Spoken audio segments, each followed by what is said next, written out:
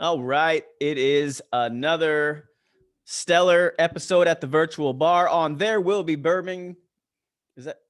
It's Bourbon. There Will Be Bourbon. Literally my own show. I don't even know how to pronounce the word. And tonight we've got Father Dan Beeman pulling up to the virtual bar. How are you, sir? Great, man. Fantastic. As we see Maddie take off and walk into the room, part-time guest. So before I get into what Father Dan Beeman does and what we drink, I'm going to first talk about what I will be drinking tonight, fueling a few things. We got a little High West campfire, right? So not a bourbon. Let's be honest, but we'll get to that point and why we're drinking it. So it's a blend of 2 rye, a bourbon, and actually a scotch, which is undisclosed. So I don't know where it comes from, but honestly, if there's any way I can actually describe this, the name is about as fitting as it gets. It literally tastes like a campfire in your mouth. So campfire in a glass. Campfire in a glass. The more you drink it, the more you start picking up on the subtle stuff from the bourbon and the rye in there. But yeah, it's definitely something unique.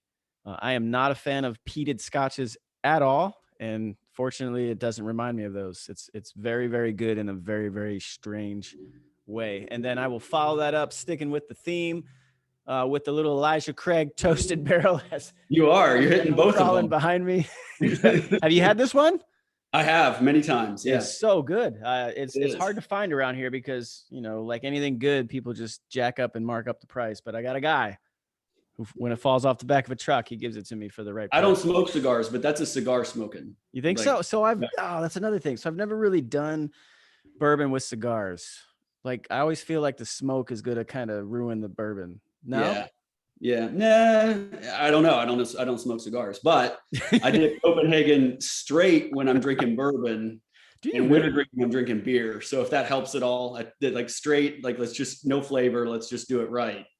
So maybe there's a balance to be found. I don't know.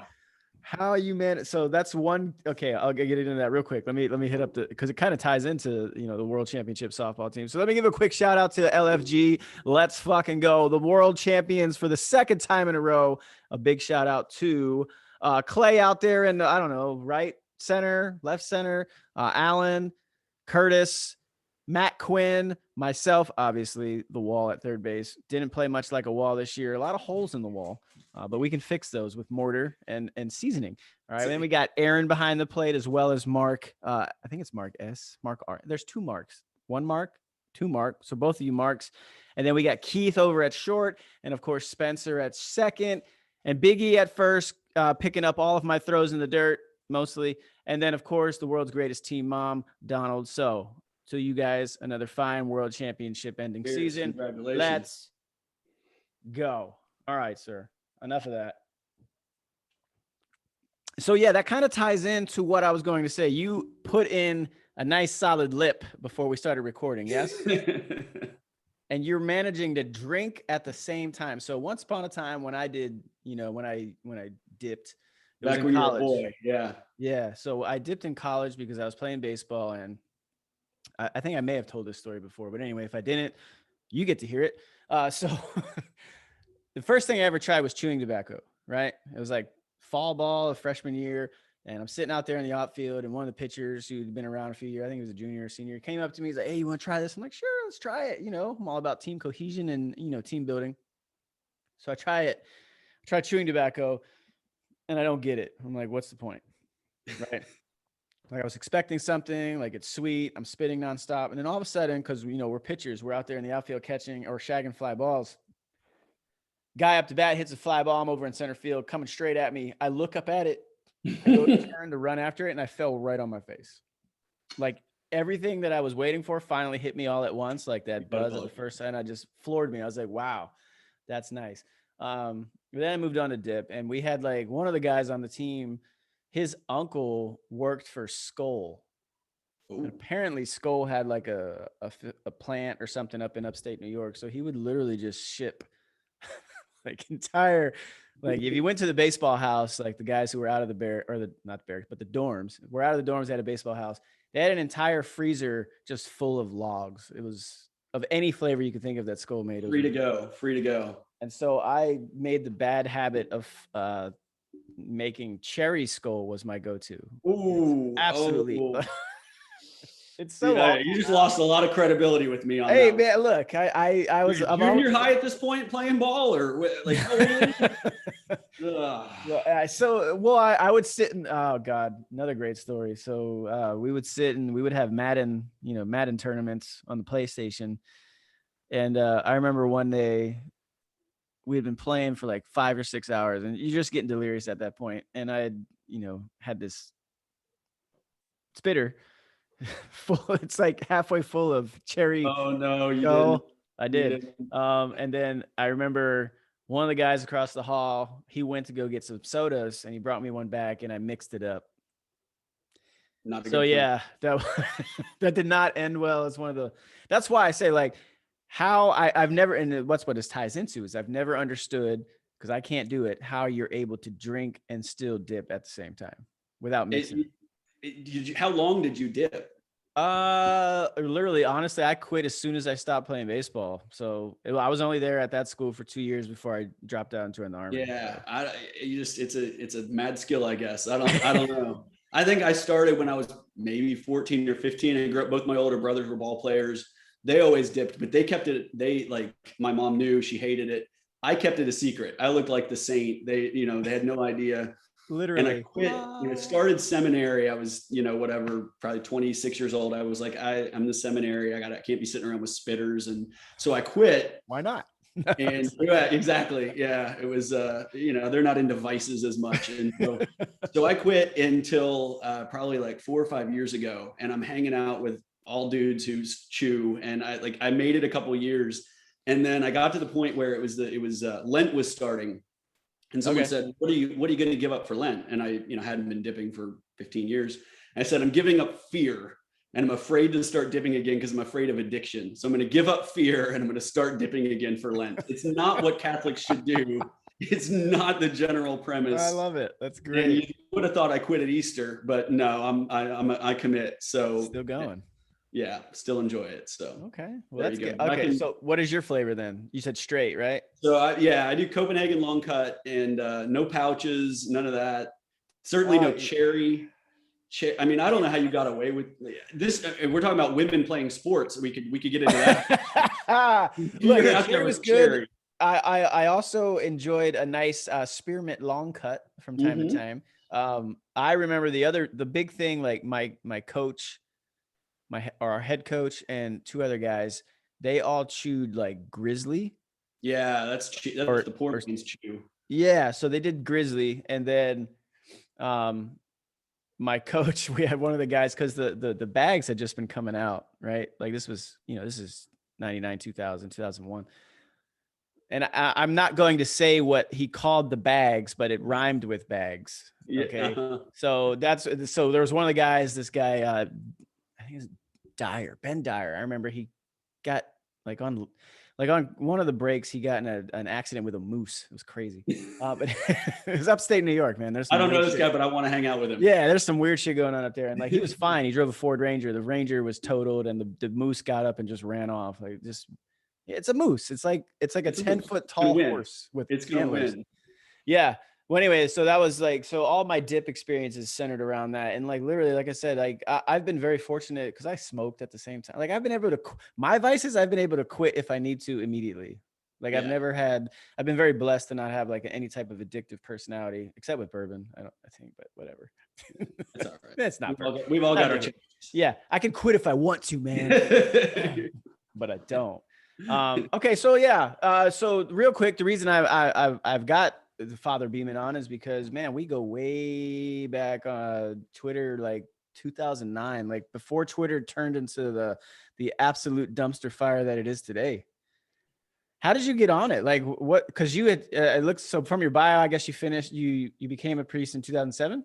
Yeah. So It was, I thought Twitter was for people who wanted to realize they were at the same coffee shop as someone else at the same time. Like I had no concept of what it was. And so I relentlessly mocked it. And I was like, this is some, idiot, stupid thing. I want nothing to do with it. And it ended up, I was like, let's see what the kids are up to. So I set the account and I didn't post anything for like a year. Yeah. And then what I realized quickly about Twitter, such as this occasion, is that in Twitter, I found people I want to be friends with, And on Facebook, I'm friends with people I don't want to be friends with. Like, it's all the assholes I wish I didn't ever have to see or talk to again. And Twitter, it's like, damn, I wish I knew this guy. Like, I wish I could hang out with him. And so Twitter was just kind of that place to make those connections. And so it started with more, random stuff. And then there's kind of that allure of the tweeting priest. People are like, what's he saying? Can he say this? Does his bishop know he's saying this? Yeah, I think that's been my biggest draw to you, is because, like, can you say that?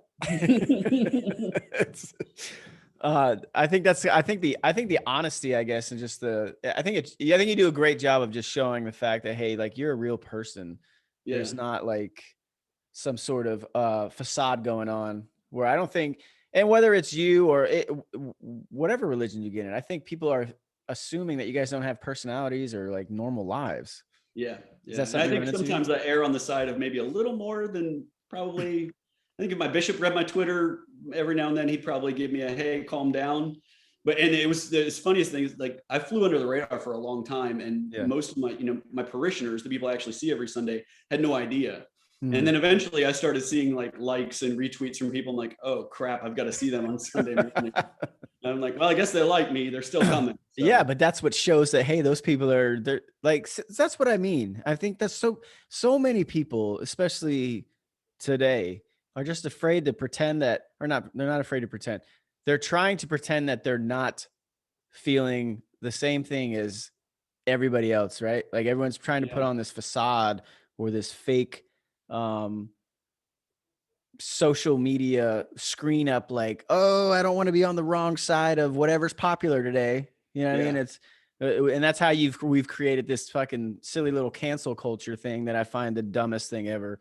I'm a big proponent of never bending the knee to the mob, whatever side it's on. Just laugh at these people, because you can never appease the mob on anything. Doesn't matter how many centuries you go back, you never can appease the mob. The mob will always be there, and it'll just grow. Right.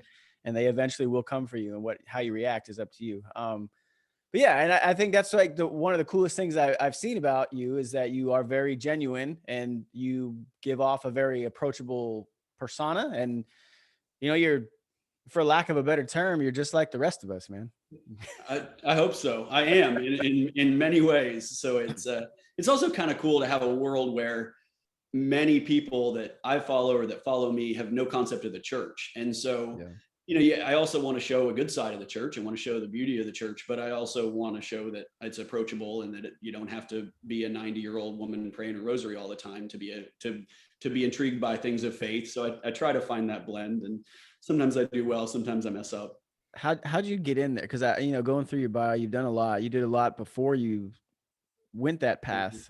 You worked, what was it? Yeah, I worked for a large bank. Finance, so I graduated with degrees in business and leadership studies, which at the time was kind of a BS degree. No one understood. Now every college has it. Yeah, I got my master's in that. It's still BS, but whatever. Yeah, see, it is. I always said, what can you do with a leadership degree? You can think critically and work in small groups. Yeah, organizational leadership is what it's called. Yeah, it's the exact same thing. It's just, everything I already know without a formal name on it. But now I got the paper. Yeah. Okay, so you did that. You worked in finance for a while. What kind of made you take that direction? So I always kind of figured I'd go off and be rich and do rich people things. And I mean, what everyone in college thinks, right? Except for the do-gooders. And I was not one of those in college at all. And priesthood was nowhere on the radar when I was in college. Wasn't even thinking about it. Really happy dating a girl I was really serious about, thinking marriage was on the table. And eventually I was working in business, and I just kept kind of looking around and being like, these are all good people. They all want to do good things, but at the end of the day, it's all numbers on a spreadsheet. And it just kind of turned into, there's got to be something more here. And I was hoping that when I was going to go build wells in Africa for 6 months and get that out of my system. And then I found church was kind of my thing, and I liked it. And there was a need for priests, and I thought it'd be cool to do that. And that's of course 2.5 years of praying and listening and talking about it. And but the business side, I like being able to walk in, see a problem, figure out the solution, and affect a change. And that's a good thing to do in life in general. And I like that side of it the best, probably. So throughout that, while you were kind of figuring out that path, were you always going to church? Were you always, because I think you mentioned in your family, you're the only Catholic. Yeah. So I'm a convert. So Okay. unlike Mr. Poland over there, who your whole family should be Catholic, if they're not, they were at one point. I'm actually not. And my parents, some of my family is, but we're all, I think we're Lutheran. That's terrible. I'm a very faithful person, but I don't go to Yeah, church or anything. we'll You know what I fix mean? that. It's just Hey, whatever. Hey, work your magic. take Maddie two likes more to joke pours that and we're give me some JV water. Catholics. We're Yeah, JV. So just take 2 more pours and then give me some water. We'll knock this out. Okay. Yeah. So how'd you get converted? What made you? What's the rest? What's the rest of your family? So they're Methodist, like Methodist, standard. okay. So I grew up in Oklahoma. So in Oklahoma, Right, okay. there's 2 religions in Oklahoma: Baptist and not Baptist. Those are the only 2. And we were not Baptist, which meant we drank and we danced. And I big do fan of one of those. So yeah, I do one of those really well. Right. And but so we were Methodist and pretty faithful. Like, we're a religious family in that we went to church on Sunday. We believed the things church people believe. We did not pray as a family. We weren't out handing out by, we were an average American Christian family. But I took a history of the New Testament class in college, which was a non-religious school, no religion involved at all. Okay. And it was entirely from the history. And basically I started asking all these questions. I'm like, wait a minute, Peter got the keys to the kingdom from Jesus. Who has the keys now? And the professor thought I was a Catholic, baiting him. He's like, well, the Catholics would say the Pope. And he'd be like, oh, he took bread and wine. He said, this is my body and blood. Like, why don't we believe that now? And he thought I was playing a Catholic line at him. And it turned out I thought he was Catholic, because every time I asked a question, he would say what the Catholics believed. And he thought I was a Catholic because every question I asked was pointing directly to the Catholic Church. Yeah. And eventually he's like, I don't know. He said, you're from Oklahoma. There aren't a lot of Catholics in Oklahoma. And I said, no. And he's like, so how are you Catholic? And I said, I'm not. I thought you were. He said, I thought you were. And he looks at me and he's like, son, I don't know how to tell you this, but you're Catholic. And so I intellectually converted, had never been to mass, didn't know the Pope, never had a rosary, no exposure to it, but just intellectually studying the history of the early church. I was just done. And so that was it for me. And so not a particularly religious guy, believer, but not, no one in my college thought I was going to become a Catholic, much less a priest. Yeah. Do you find that there's a lot of guys in it that are that same background, that come from the same way, or is it? Most grew up Catholic, or they had the same kind of a powerful conversion. I would say a lot of them had a spiritual or more emotional conversion. It's kind of rare to have kind of more that intellectual, just based on your thought. Right. And then of course, eventually the spiritual and the emotional comes, but most, I think it's the other order. I would say there are not a lot of guys like me who kind of came through a very secular life and then entered the priesthood. Most had, parents praying the rosary with them every night or that kind of thing. But there's a good mix of us, and a lot of second careers, what they would call us. So had some job, owned a house, paid bills, knew what life was like, and then went back in. So how'd that go with the fam? So I remember converting to the Catholic Church was a harder jump for them. Mm-hmm. And I grew up in Oklahoma, went to school in Virginia. So my parents called it my rich East Coast Catholic phase. And when I finally went to the seminary to become a priest, my dad was like, I guess this isn't a phase, huh? Yeah. And I was like, no, I think it's going to stick, Dad. They're supportive. My parents love me. One of my other brothers was a college baseball coach for years, and he coached at Loyola, Georgetown, and Benedictine. Wow. So 3 Catholic schools. Yeah. And he is not converted yet, but he's on the way. He doesn't know that, but I know it. He's on the way. Yeah, I was gonna say, what's he waiting for at this point? Like, he's clearly, he's clearly seeking out a specific type of institution to coach at. So yeah, and I knew every one of those job interviews, the first thing he said was, "Well, my brother, Father Beeman, says," and I'm like, "Did you ever tell him you weren't Catholic?" He's like, "No, I just told him you were a priest. I let them decide what they wanted." So it's the old, not the good old boys network, but the good old priest network. There you go. Good for that. So the seminary, what's that? Take me through that. What was that like? So it's, I always describe it as a frat house with Jesus in the middle without girls. Damn. And so right, so it's 80 guys living in a house, and kind of typical. I mean, you put 80 guys in a house together. There's going to be a frat boy kind of a mentality. There's a it little sounds bit like basic of training is what it sounds like. right, exactly. Yeah. Basic fewer dippers and fewer bunks, but basically the same. And I kind of described it from my exposure now to military life. If you take like any of the branches kind of version of Hell Week and you spread it out over 6 years. So it's 6 years after college. Damn, because you already had multiple degrees at this point. Yeah, I know. Wow. So I was in school until I was 30 years old. Yeah. So you're studying, you're living together. Obviously, there's a common mission of the church and becoming priests, and that's kind of good. And a huge variety. So you have everyone from homeschool kid who's never even seen a girl to guys like me who were nearly married to, and everything kind of in between. And you have the jocks and the nerds. It's literally like a frat house. Like it's kind of just mixed. So what is what's obviously there's some curriculum, I would assume, but what graduates you? Is there a project? Is there something that you find a specific path that you explore? Like, how does this go? So they kind of do an intensive program of formation. So you're under a microscope the whole 6 years.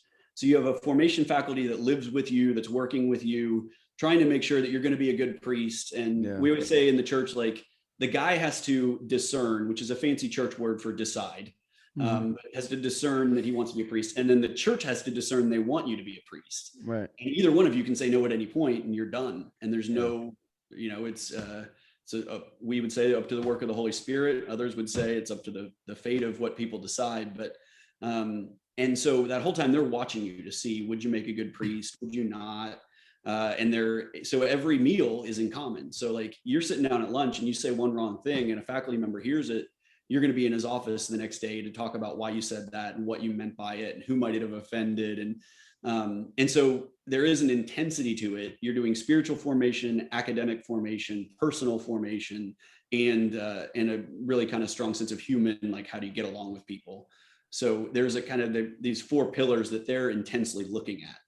So did you find yourself in that office a lot? A lot. I spent a lot of time in that office. I was, as you imagine, I was not the typical seminarian. Right. So that's so what do they want? Do they want more of I hate to use the term robotic, but it sounds like that's what it is. Or do they encourage, the personality, the free thinking, as long as you're sticking to this, Yeah. I would say, I had one bishop who said he had a box of those Whitman sampler chocolates on his desk. Yes. And he said, this is the church. There's all kinds of stuff in here and it's all very different. As long as you rip this off from Forrest Gump. No, I think that might've been a little something like that. Might have been. He was a Yankee though. He didn't have the Southern accent. Oh, okay. So he wasn't from Bama. All right. Got it. But I think it's that everything, as long as you're in the box. Oh yeah. There you go. Elijah. Moving on to the prophet Elijah. Exactly. I didn't even, I should. Great story on Elijah Craig. Yeah. What do you got going on over there before you tell that? So I'm doing very on message for you. So Noah's Mill, do you know this? Oh yeah. So I do know Noah's Mill. I have some thoughts on it, but let's get yours first. So one, it's Noah's Mill and I'm a priest, and Noah, you got to go with the whole, like, come on now. So I like it. It's a high test. And so you got to be ready to kind of sip it. And it's not an everyday kind of thing. It's hard to get. So I think for that reason alone, I'm kind of like, at least here it is. Yeah. Where I was going to say, where are you at? It's Virginia. So it's small batch, but. Well, talk to me. Well, I'll get with you after this. I'll send you a few. Mm-hmm. So here's my thoughts on Noah's Mill. So, all right. Noah's Mill is made by Willett, right? Right. Willett, which I have back there, they're famous for their pot still bottle design, right? So Willett makes a few things. They make that, Noah's Mill. They make Rowan's Creek, which if you ever look at a bottle of Rowan's Creek and Noah's Mill, same type of, it's the same characters, just Rowan's Creek's a little more watered down. They make Johnny Drum, they make Kentucky Vintage, I think, and then or something like that. Kentucky Spirit or whatever. They make, and then they make the Willet Estate Rise. So my thing with, because I went to this distillery for a tour back in 2019. Yeah. It's a really cool property, but what they did is, so they were distilling, and then they stopped production. They switched over to like some sort of medicine, and then they brought production back. And so Noah's Mill was one of the labels that they originally were sourcing while they got their operation back up. So Noah's Mill was being sourced by MGP, which, you know, I bring up all the time, is Midwest grain producers. They're out of Indiana. They source pretty much every new label that comes up. So if you ever see anything that says distilled in Indiana, most of the labels do that while they're, you know, making their own product, because you can't just make bourbon. You got to wait for time and age to take its toll and make the magic. I had a bottle of Noah's Mill in 2016 that I remember being the absolute most delicious thing I've ever had. Like, it blew my mind. It was the first, as you said, highest test. It was the first barrel proof product I ever had. I was at a school in Kentucky, and I absolutely loved it. And then I graduated with, leadership. I graduated from my master's program, organizational leadership, in 2018, I think. Yeah, 2018. I walked in 2019. Okay, yeah, so that. And my brother sent me a bottle for my graduation, and I hated it. Like, it was completely different. So at some point, either Willet is making the stuff again and putting it in. And I haven't had a bottle since then, but I would love to go back and try it again, because I can get it fairly simple or fairly easily. So that's why I said we'll talk after this. But I am encouraged that you said that, because I want to go back and try it. It's been something I've been meaning to go back and try, because sometimes, you know, it's not that it's like wine, but sometimes, you know, it's like wine. Sometimes you have a good bottle. You know what I mean? It is what it is. So yeah, I would definitely go back, because Noah's Mill is great. I really love Rowan's Creek. Rowan's Creek's been pretty sturdy. And the Willet, actually, I shouted out the World Championship softball team earlier tonight. They got me a bottle of that, and we imbibed afterwards. So I have some of that as well. Might pull that over just because why not? But yeah, so that's good. That's a solid, good. It's a solid. And I think I have the same nostalgia, because same thing. Like, I think my first bottle was around that same time, like early on. And so I think it was so good back then. Probably a part of that. Yeah. And that was the same thing, where it's like, it was one of the very few times where I had a pour and I was like, get me as much of this as I can get. And loved it. So it was a fantastic. And it was similar. So my second pour was Angel's Envy, because again, on brand. And I was the same way. Angel's Envy, the original distiller, very faithful Catholic, very good to priest, really good human. And then they sold out to Bacardi. And I mean, you really don't want to go. Most of the major producers have, unfortunately.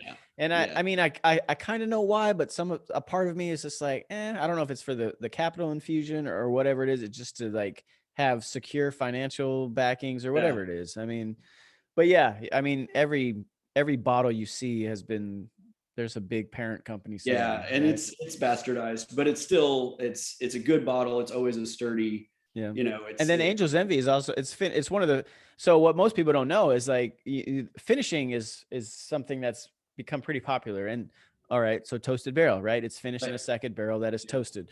What does that mean? Well, okay, so they take a new barrel, they do a different type of char on it, and they finish the bourbon in that, and it creates a totally different profile. Well, Angel's Envy was one of the first that I remember to be finished in port barrels, right? So so it definitely adds a unique flavor to it. It's a lower proof. I think it's only 86 proof, 43%. Yeah, it's not as bad. Yeah. But Angel's Envy is really, really good if you're into the port finished bourbons. And I'm kind of hit or miss on those. What I love, if I'm going to get a finished bourbon, it's going to be one of the ones that are in rum cask. Yeah. So Blood Oath number 6. So they just came out with 7. But so Blood Oath number 6 was finished in Caribbean rum cask. That stuff was amazing. Yeah. It was so good. It's very expensive, but it's worth it. I have a limit on what I will spend on things, because I just hate the secondary bourbon market and what, retailers do to some of the things that, guys like us want, because they know it. But yeah, if you're going to spend $120 on a product, Blood Oath number 6, if you can find it for that price, would be a good investment. Yeah. So while we're on the bourbon thing, we are. What's your favorite low cost? Like just 30, 40 bucks a bottle. No one knows. I got something cheaper. I got 4 options cheaper than that. Well, okay. What is it? Okay. So Evan Williams bottled and bond. You can find that anywhere, at least in California, for between 13 and 16 bucks.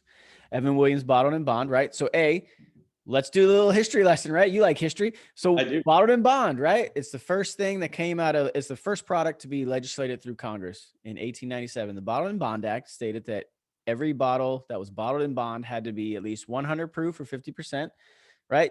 Had to be distilled in one location and one distilling season, had to be at least 4 years old, and it had to be at least 51% corn. And that's bottled in bond. So anytime you see bottled in bond, it's not saying that it's only 4 years old. It's saying that it is at minimum of 4 years old, right? Because there's Henry McKenna, which also Heaven Hill makes Evan Williams bottled in bond. Henry McKenna's 10 years, I believe. I got an old Fitzgerald back there that's from Heaven Hill. That's 15 years. So that 13 to 17 bucks. Next on the list, right? Wild Turkey 101, not the regular Wild Turkey. Wild Turkey 101, anywhere from 18 to 24 bucks. Amazing. Love Wild Turkey rye, or not rye, Wild Turkey 101. It is a higher rye content, so it does have a little bit more rye than the corn content, like the Evan Williams. The second one, or the third one, I mean, would be just Buffalo Trace. Yeah, just straight up. Yeah. Straight up Buffalo Trace. Those are my 3 that I will take with me anywhere I go. Buffalo Trace is and you know what? I love Buffalo Trace. It's my favorite distillery. I finally got to visit it courtesy of Maddie and some of her connections back in December. It is a national historic landmark. Everyone should go visit Buffalo Trace. Yeah. But Buffalo Trace on its own, just the regular bottle that you can get from $21 to $25, I will put that on with anything that you can pick up. And anything that comes from Buffalo Trace, like Rock Hill Farms, right? $40 bottle that's gone on the secondary market for upwards of $400, which is behind me. What else we got? Elmer T. Lee, same thing. This bottle was $30 at the effing piece, the Class 6 at Fort Knox in Kentucky. Now, same thing, $300 anywhere you can fucking find it. All those products. Colonel Taylor, same thing. It's a $30 bottle. Now the distillery sells it for $43 if they're selling it that week, right? All of these things that are kind of like what's the word? Not like we're not at the Pappy Van Winkle level, but we're kind of like at the mid, I think they're lower tier, to be honest. They are, but they've just been upsold to be something that they're not. Buffalo Trace, in my mind, is still better than all of them, with the exception of Rock Hill Farms. If you get a bottle of Rock Hill Farms, that stuff is amazing. Like it is delicious. And if you can get it for the retail price of, 40 to 50, fine. But you're not going to find it for that unless I got lucky at a Bevmo 3 years ago. And, fortunately, like the thing with major liquor stores is if they sell it, they kind of have to sell it at MSRP or a few bucks above retail, right? So I got it for like 49 or 54 or something like that. But my all-time favorite, and because you said $30 to $40, it's just above that, is Stag Junior. I have a bunker. All right. Now, even this has caught wind. So people have caught wind of Stag Junior now, and this has all happened within the last 9 months. So now Stag Junior is going from 120 to 300, and it never should have. It was always a $49 bottle, right? Maybe you can find it for 59. Maybe some of these higher end grocery stores will sell it for 60 to 70, but now all these like MSRP markup retailers have figured out, they like the Stag Junior and it's Buffalo Trace products. Let's mark it up. Yeah. And so, and then you get into the Buffalo Trace Antique Collection, which you'll never find for retail ever, unless you just know somebody who, you know what I mean? And that's what sucks, because you don't really get to buy those bottles anymore. You kind of have to find a good bar that has them and good pours. And what I was recently to find, like, because here I am in Napa, there's a place downtown, Colonel Taylor Barrel Proof. I was finally able to have $18 a shot. That's what I would expect. Now, if I go to some other, like if I go to Vegas or in LA or like a major city, you're going to spend probably $60 to $70 on that. And you shouldn't have to, but it is what it is. So to finally taste that for $18, that Colonel Taylor Barrel Proof was some of the best stuff I've had in a long time. So the Colonel Taylor like reminds me of was doing a marriage preparation thing for a couple. And it was one of those things where like I'd done it for the groom's brother, and then his family. You kind of become the family priest, whether you want to or not. And actually, this is a fantastic family. And so the bride and groom, they're supposed to get married in New York City. COVID happens. They have to move the wedding a couple times. So I drive up to New Jersey to see the bride's family, to meet them and do the preparation. So this is before the wedding is even happening, and just spend a day with them, kind of preparing them for marriage and doing all the what we call preparation for marriage, and counseling, all that stuff. And the bride's father is an incredible story of rags to riches, just like came over here as an immigrant and is now a multimillionaire in New York City. That's awesome. So I'm at his like insanely beautiful beach house in New Jersey, of all places, where you don't think there's anything beautiful, but that's where I was born. So I'm there. You go. See, like I said, there's nothing beautiful there. And he goes, yeah, I don't really drink bourbon. But I heard you like bourbon. So I called a guy, and I walk in, and there's Colonel Taylor, and there's Pappy, and and he's got it all laid out. And I'm like, I'm a guest in their home. I actually have a job to do, and I need to be able to wake up tomorrow morning and drive home and say mass when I get home. I'm like, this is a bad combination of, and he's like, so which of these do you want? I'm like, I want all of them. I want all of them right now. And I need to have like a couple of pours and go to bed. And this is not like the plan I want tonight, but I cannot get drunk in your house when I just met you and I'm doing the wedding for your daughter. Right. And so I was like, let's just have a little taste of a couple of these. I'm like, are you going to open these all? He's like, well, I mean, I just bought them because you were here. And I'm like, oh God, this is horrible. Like, and I want to be like, you don't know what you have here. I should take it all from you. Yep. Yeah. And, but that's the other thing is like, you know, people are just so accustomed to like Pappy somehow created this ridiculous. Yeah. You know, and then that's also created kind of like, because people started to figure out, oh, what else does Buffalo Trace make, right? The Weller line, right? Which is everyone always says is kind of or Pappy, but a little younger. Yeah. Because it's still wheated, because that's what Pappy Van Winkle is. It's a wheated bourbon, right? So they replace rye with wheat. It's still got the primary mash bill of corn. But what they figured out with the Weller line is all these people who were so adamant about finding Pappy, they're like, well, wait a minute, here's Weller that Buffalo Trace makes. It's got to be the same thing, right? And so, yeah, now Weller, stuff that was, you know, 1920 bucks. They've jacked up the regular Weller Reserve line from just something that's $19, $20 a bottle MSRP to where that goes for 60 to 70. You know, the Weller, the Antique 107, the red label, right? That's, you know, $30. I think I've gotten, my parents got it for me a few years ago in Montana because they're selling it at MSRP. Even that goes for $200. And then you start creeping up and you get into the Weller, the full proof, the 12-year, the single barrel. And it's just things that don't need to be as expensive as they are. It is stupid. And so one of the cool things, and I don't know if this is going to affect anything, hopefully it does, but it's not going to be for years. So when I was at Buffalo Trace, you know, they point out that, you know, they're expanding their property. So I'm trying to remember who owns Buffalo Trace. I don't know if it's, what's that? It's a major foreign company, just like you said. I don't know if it's, anyway. So they got like a $2 billion investment to go ahead and expand their operation, right? So yes, they've increased operations in terms of distilling, but they've also, they're building a new storage house or a storage facility essentially over the hill where they're at, and they're building a new one basically every 3 months. So every quarter they've got a new storage facility, and that's kind of going to ramp up everything. Now, like I asked the guy, I'm like, because to me, I get how bourbon works at this point. The magic comes from the storage facility and the location. Yeah. And so, you know, they've been distilling there since the late 1700s. Like they've been doing this a while. So materials matter, right? So they're no longer making like brick warehouses. They're making this new high-end state-of-the-art shit. So my question was like, how is that going to affect not only the aging process, but the flavor profile, right? Yeah.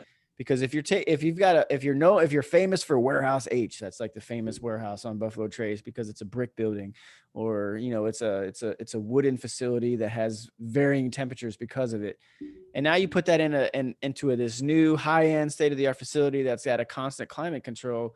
I don't know if it's going to change the flavor profile or what, but I don't even know what they're going to put in there. But I know it's going to increase the product availability. Is that going to finally lower prices? I don't know that either.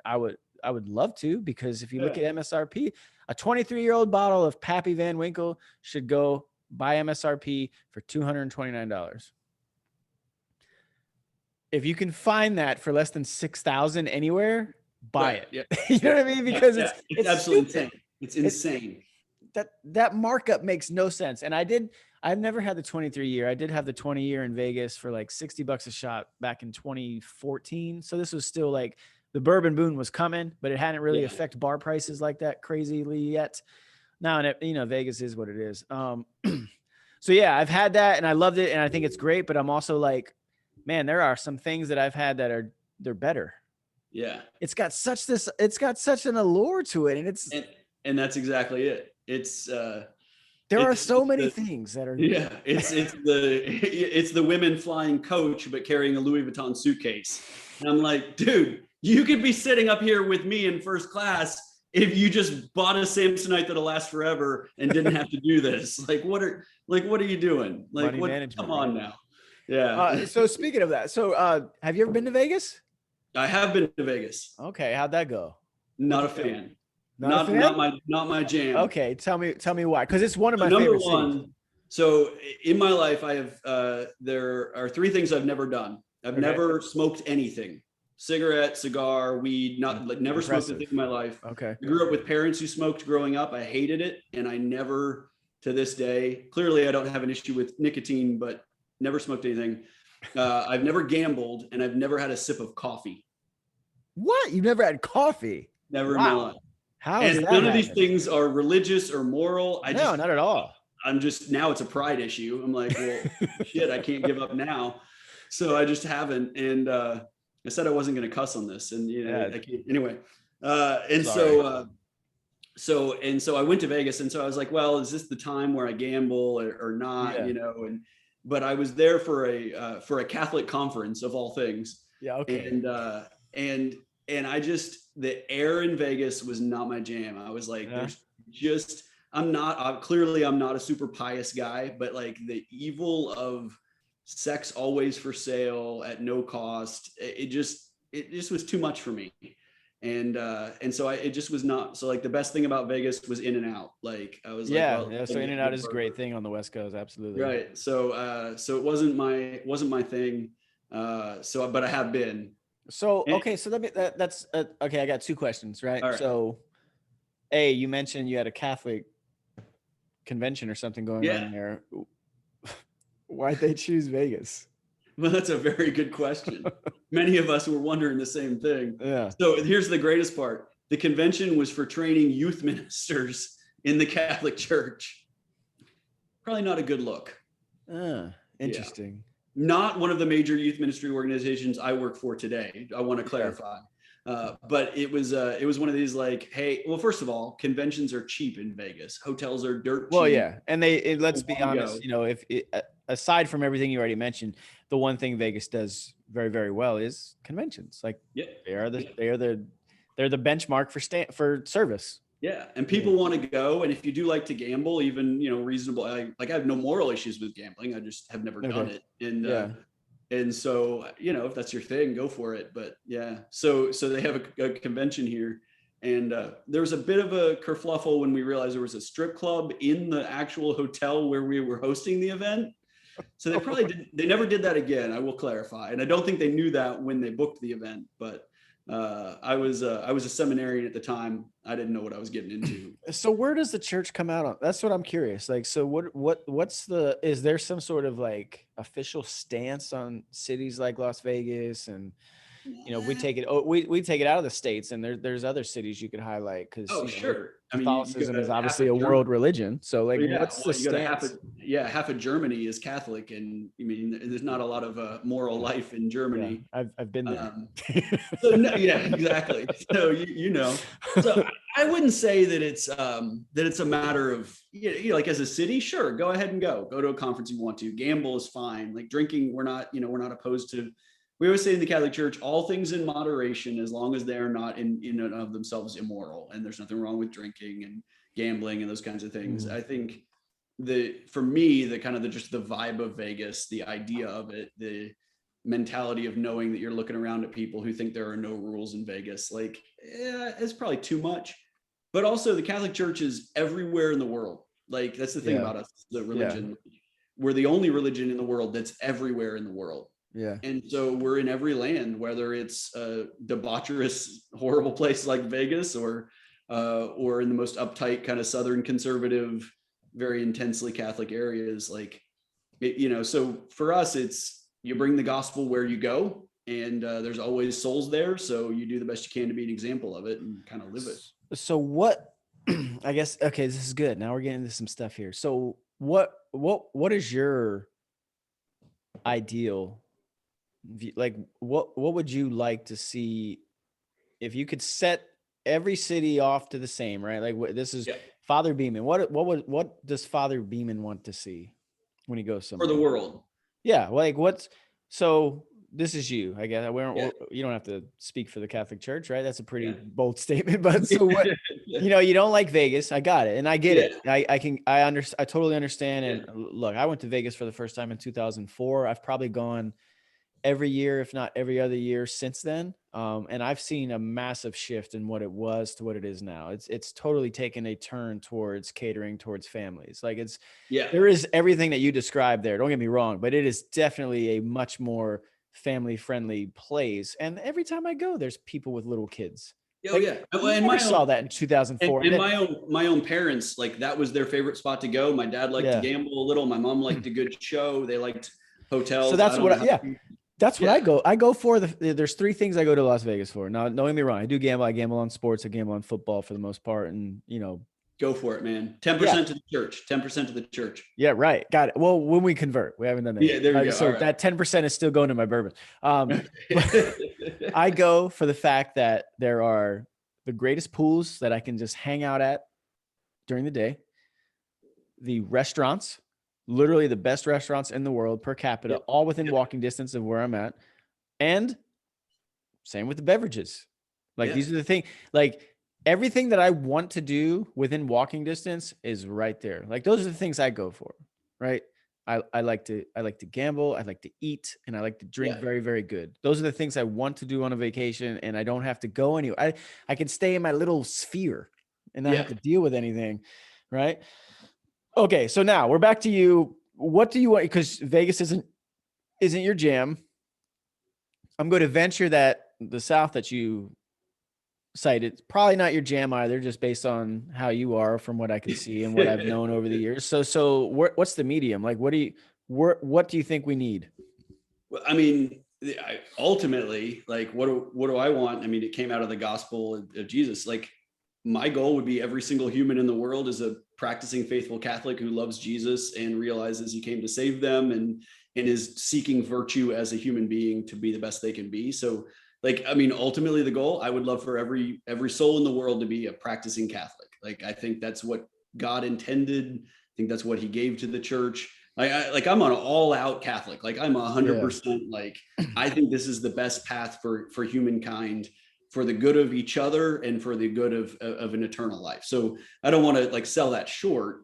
Like, I legitimately believe that. Like, I really think, like, I'm all in, and including my own family who isn't even Catholic. Like, now I still love all these people who are of various religions or no religion at all. I have no, there's no judgment of that. It's if you have something that you believe is the best that you're willing to give your life for, you want that for everyone. Right. Yeah. So I have to say that first, because it's true. It's the goal of any faithful Christian should be, people are like, oh, I'm a Christian, but I think anybody can believe whatever they want. I'm like, well, if it's the most important thing in your life, like, I mean, good God, you're in CrossFit. You're terrible at it, but you do CrossFit, right? Like, you're passionate about it because you believe it's right. You have to believe that that's something that people who want good fitness and want to be healthy and strong would be good. That's a great analogy. Yeah, I think so. And you're terrible at it, and I'm a terrible Catholic. So, like, it works. Like, maybe that's why we get along. So, okay. So then that's kind of, okay. You brought up two things that I really want to ask about, and I don't,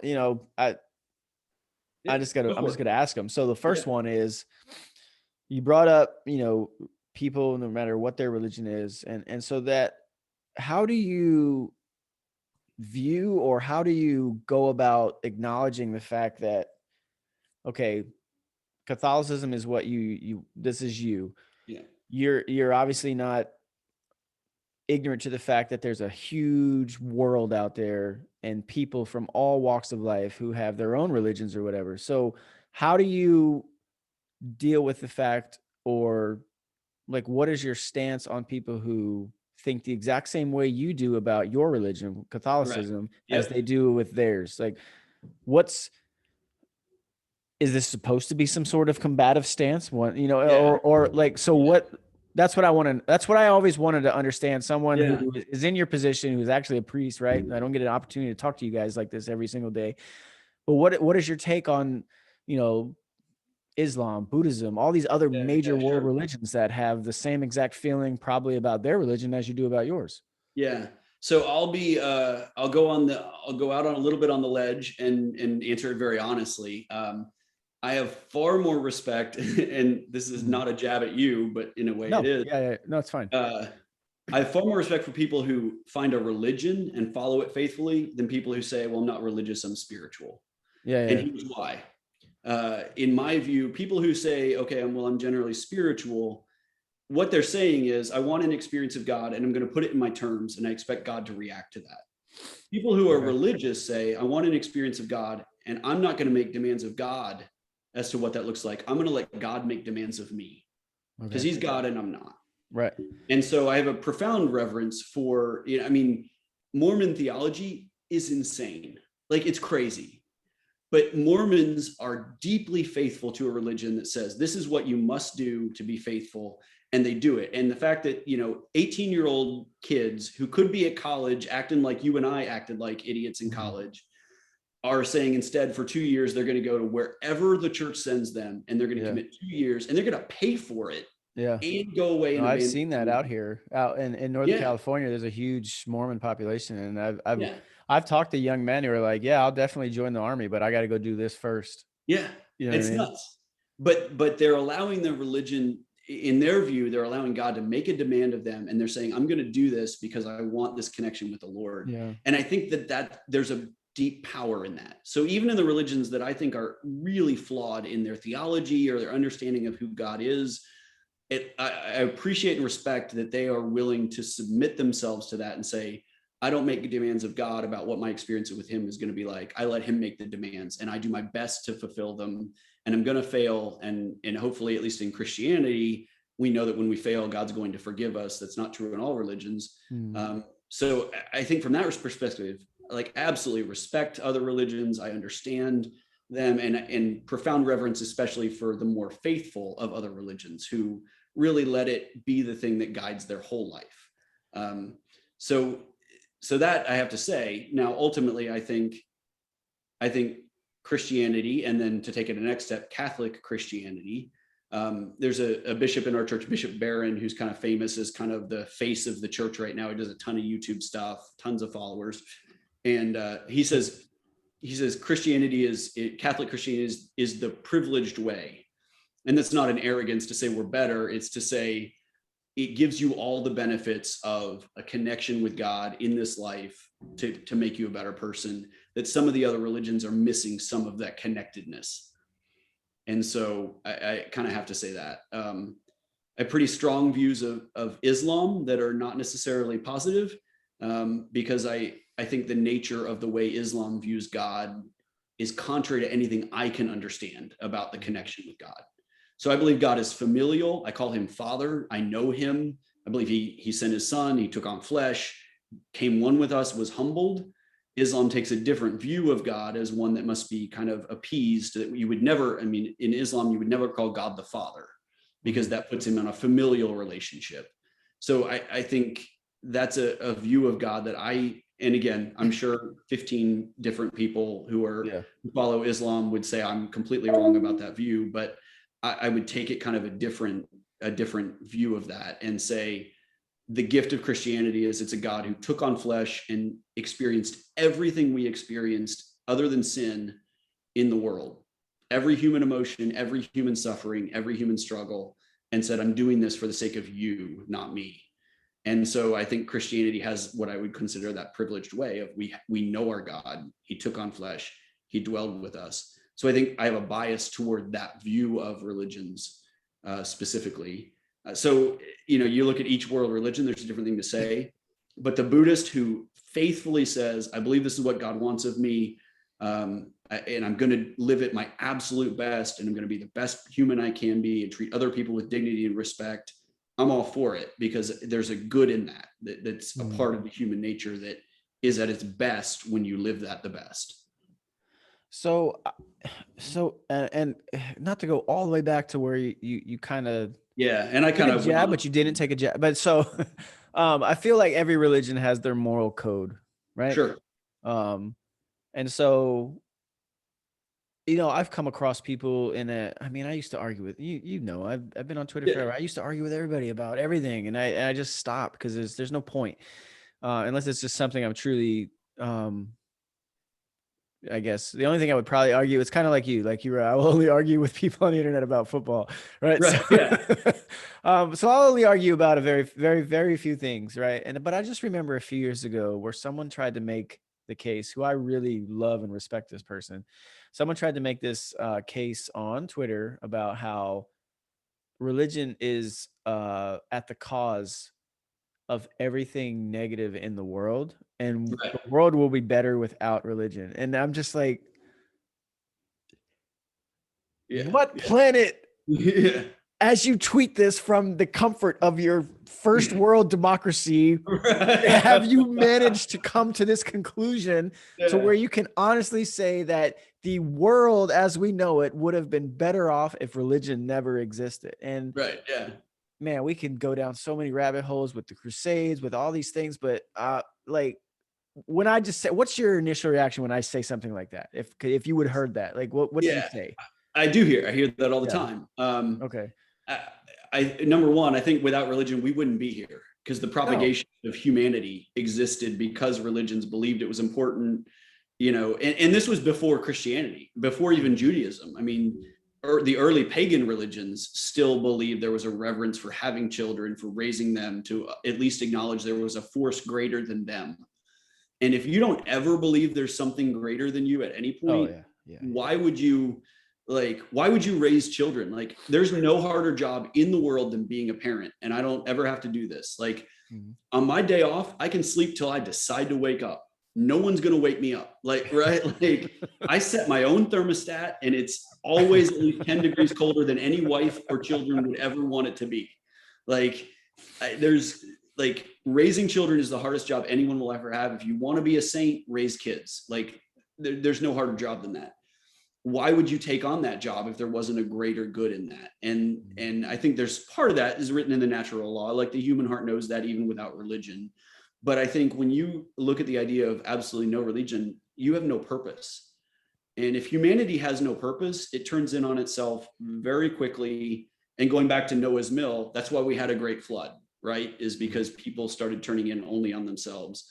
So I think that is a very, it's a cheap argument that I think no one really sustains if you push it. It's an inflammatory thing to say. Yeah. I've never met someone who with a pure heart really thinks that. I think what they mean to say is this: religion causes a lot of conflict, and conflict is bad. Yeah. And I don't like conflict. Right. That doesn't mean you don't like religion. Religion does cause conflict, and it shouldn't, but it does.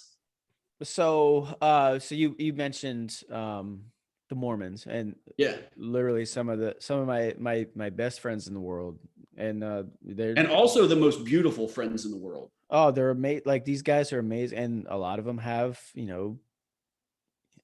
I don't want to bring attention to them because they may not want it, but a very, I guess, they have a connection to the military, and they've done a lot of they've burdened a lot of sacrifice for this country. Let's put it that way, right? And what they've done, and they've never tried to push it on me, but I see how they speak of it, and how, and I guess it also originates with where they come from in the country, and it seems to be a very specific region that kind of takes to it more. And like they're these guys are just great dudes, and they'll all kind of attribute it one way or the other with very humble way of saying that it's because of their faith. And I honestly, I've never had that. Like, and it's not that I've ran from it. I've never been drawn to it, but I can respect how they are. And I see that, but. And they suffered, sorry, not to interrupt you, they suffered incredible persecution. Yeah. I mean, incredible persecution. And again, I think their theology is crazily inherent. Like it's crazy in my view. And I don't think it aligns with scripture or who Jesus was, but they are people who are faithful to it. They believe Jesus is their savior. They are, and their people have suffered incredible persecution. And my gosh, the commitments that a Mormon makes. I mean, greater than even the most faithful Orthodox Jew or Islam or Orthodox Catholic. Like, what they commit to is unreal, and they're faithful to it, and they have incredible joy, and they're all beautiful. You've never seen an ugly Mormon, and if there are ugly Mormons, they're in the basement doing genealogy in Utah. Like, think about your Mormon friends. Are any of them not completely stunningly attractive, male or female? No, and that's why I'm about to text one of them right now and be like, this is what I just heard, because it's actually very true. These are great looking people. Yeah. Right? So I don't know why that is the case. My only theory is all the ugly ones are doing genealogy in the basement. All right. So now that I just touched on that real quick, but no,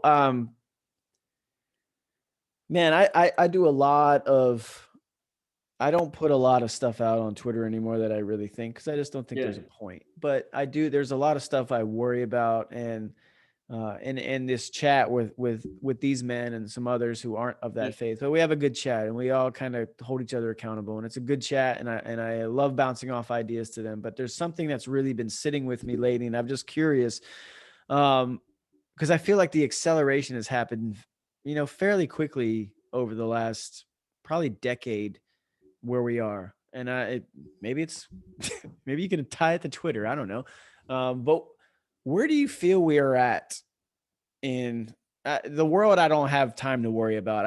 I only have time to worry about the United States, right? So where do you think we're at in the country when it comes to maybe it's morality? I don't know if it's morality. I don't know if it's faith. I don't know what it is, but just what do you see? Like, have you noticed any sort of shift in what you do every Sunday, or is where do you think we're at as a country? Because I get it. I feel, in my opinion, the media does a great job of amplifying schisms between people, which I don't think are 100% accurate. But I can't also just put it aside and say, well, that's not happening, because it is clearly happening somewhere. Right. Yeah. Right? But so I'm just curious, from your perspective, what do you feel like there's more of a challenge on your end, or where are we at as a people, in your opinion? Yeah. I mean, I think my observation is probably what most people know in their heart, but they still live differently, and including me, which is, we are incredibly divided. We look at everybody to say, is he one of me? Is he one of us or not? And I think, and this is not like, I grew up with Ronald Reagan as a hero, right? Like, and my dad was fairly political, but now he would be considered completely not political, because it wasn't his life. It wasn't all he did, but he made observations about the world. He believed a view that was right. Yeah. But his friends had various views. They did whatever they wanted. He loved them all. They were all still sitting around talking, drinking, spending time together with their families. It is now so polarized, and everybody knows this, but people participate in it. And I think that's different. And I think there are a couple of things that I've noticed that I'm most worried about. And there are 10 things that could be 10 different podcasts, right? So I think, one, the victim mentality. Everybody thinks they're a victim, no matter what. Someone has hurt them, and they and this is not just a leftist thing, although I think it's everybody. Yeah, it's everybody. It's like everybody wants to be the victim. Yeah. And it's and I preach against this from the pulpit all the time, because we're just as guilty about it as Catholics. We look at President Biden, and he says he's Catholic, but he's radically against the church on abortion and religious liberty and a lot of the things that matter to us as a church. And so we're like, oh, look at us poor Catholics. Our president is saying he's Catholic and he's not. Like, we do this too. Yeah. No, I mean, I agree with that mentality, but I don't agree with the sense that we're now the victim. I think, well, then we as the church need to do better about showing why life matters and not worry about the president. We need to worry about what our job is as the church. Yeah. So, but I can fall into that just as well. I think the victim mentality is a huge thing. I think the lack of fathers and husbands is a significant issue. I mean, if you know, and I don't want to get into any kind of political or race theory or all that kind of stuff, but I think the lack of fathers in the home is a significant issue. And I don't, I'm not stupid, and I don't think it's always a mom and a dad's married happily, always everything's perfect. But a father can be a father no matter whether he's married to the wife or not, Yeah. a father who's committed to his kids, and I think that's lacking. And I think that's a significant issue. And I think the other issue that as a country, we're going to have to figure out and fix, and I don't know the answer, is I think there's got to be some sense of how we deal with the radical lack of unity on, and I'm trying to think of the right way to say this without setting off a spark, basically personal responsibility. Like there isn't any. Yeah. And that goes back to victim, but it's also a little bit of the sense of like, it's not even a socialist, the state has to fix this. There's a lack of a sense of I have the charge of my own destiny for me and for my family. Yeah. Free will. Imagine that. Yeah, exactly. Yeah. And that's exactly the right way to say it. So I don't know the answers to any of these problems. I don't get them right. And again, like it's not, I think that's one thing is I'm incredibly humble. I'm attracted to arrogance, but I myself realize I don't have it all right. Yeah. And I don't know the final answer on any of these topics, except for salvation in Jesus Christ. Like I get that part. Like I'm solid on that, but the rest of it, I'm like, I don't know. We got to figure this out. And I don't know the answer, but what we're doing right now is not okay. And most of us know that, but we're happy to stay where we are. So from your perspective, and I guess what I would say from a Catholic perspective, Catholic, I don't even think Catholic's the word. Catholic is the word. So, I wasn't gonna jab you on that one. Yeah, I mean jab, throw them all, nail me to the cross. Let's do this. Is this a time where you think God is maybe testing society or man, or because like I don't think this is a unique period in human history, right? You know what I mean? Because thank you. Humans we're inherently flawed. We screw up every day. We do all kinds of horrible things to each other on a daily basis, and God expects us to try and just do better tomorrow and ask forgiveness, and right. God, you're going to make a great Catholic, dude. You're going to be perfect. You can sit front pew. You're going to be in my choir. Yes. You're going to sing. You don't want me to sing. I'll rap, but I can't sing for you, bro. God gave you that voice. Give it back to him. Give it back. Here we go. That's what I'm doing. I'm out here, doing God's work. So, but does it just seem worse than it? Yeah. And you think it's maybe you're exactly. And you hit the nail on the head. And again, I think it goes back to victim mentality. Yeah. So in my own church, like you just look at the Catholic Church, it's never been this bad. And oh my goodness gracious, marriage is gone. And I don't just mean gay marriage. I mean, people aren't married and they don't stay married, and there's the incredible suffering that comes through divorce. And then you add in the persecution of the church, and then the issues against human life, and whether that be everywhere from abortion to euthanasia and everything in between. And as the church, we're tempted to be like, oh my gosh, everything is crazy. And this Pope didn't agree with the Pope who was just before him. And there's all these different worldviews, and Catholics are like, it's all coming to an end. It's all going to be over. And then I'm like, open the Bible and read what the church was like when they were literally martyring all of the apostles. Yeah. Like, this is human history. This is certainly church history. And the medieval times in the church were a whole lot worse than this. Like, we tend to kind of personalize it and say, oh, this is the worst it's ever been. It's not. We have the freedom to worship in almost all of the world, not all the world, but almost all the world. And we have a church that's centralized. And our primary mission of a church, the Catholic Church is the largest provider of good for the poor in the universe. Like, the Catholic Church does more throughout the world than any other organization, global, UN, anything. Like, we're doing fine. That's crazy. Yeah, it's nuts. We provide more aid than the United Nations to the world. That's crazy. It's Man, there's so many places to take that. So I guess so this is kind of something that's hitting personally, right, at the moment. So you brought up gay marriage, Sure. and so what's the shift been going on in the Catholic Church on that? Where's the Yeah. view? So, and again, this is like, inside Catholic baseball, right? Right. Yeah. So it's a to kind of bring it down to a level for people who aren't Catholic or don't understand. The church's teaching is that there are 7 sacraments in the church, and so the Eucharist is an easy one for people to, or actually baptism is probably easier because that's more universal. For someone to be baptized, you have to pour water on their head and say, "I baptize you in the name of the Father, Son, and Holy Spirit." If you don't use water, it's not a baptism. If you use Elijah Craig, there you go. I mean, I wouldn't necessarily be opposed to it. There's water in there, so maybe we can make the That's argument. true. It's made from water. So Right. But if you use different words, if you say creator, redeemer, and sanctifier, because whatever, you say different words, the sacrament didn't happen. It was never there. okay. We don't have the right, as we believe in the Catholic Church, we don't have the right to change those things. They were instituted by Christ. They exist because of him. Mhm. Marriage has always existed because of the natural complementarity between men and women for the sake of the raising of family in a natural way. Like males are made to be with females naturally. Now, I'm not naive to this. I understand that the complexity, like I get it. I'm not out there beating the drum and saying we need to send everybody to a conversion camp. I understand that there are other people in the world who don't live this way. Yeah.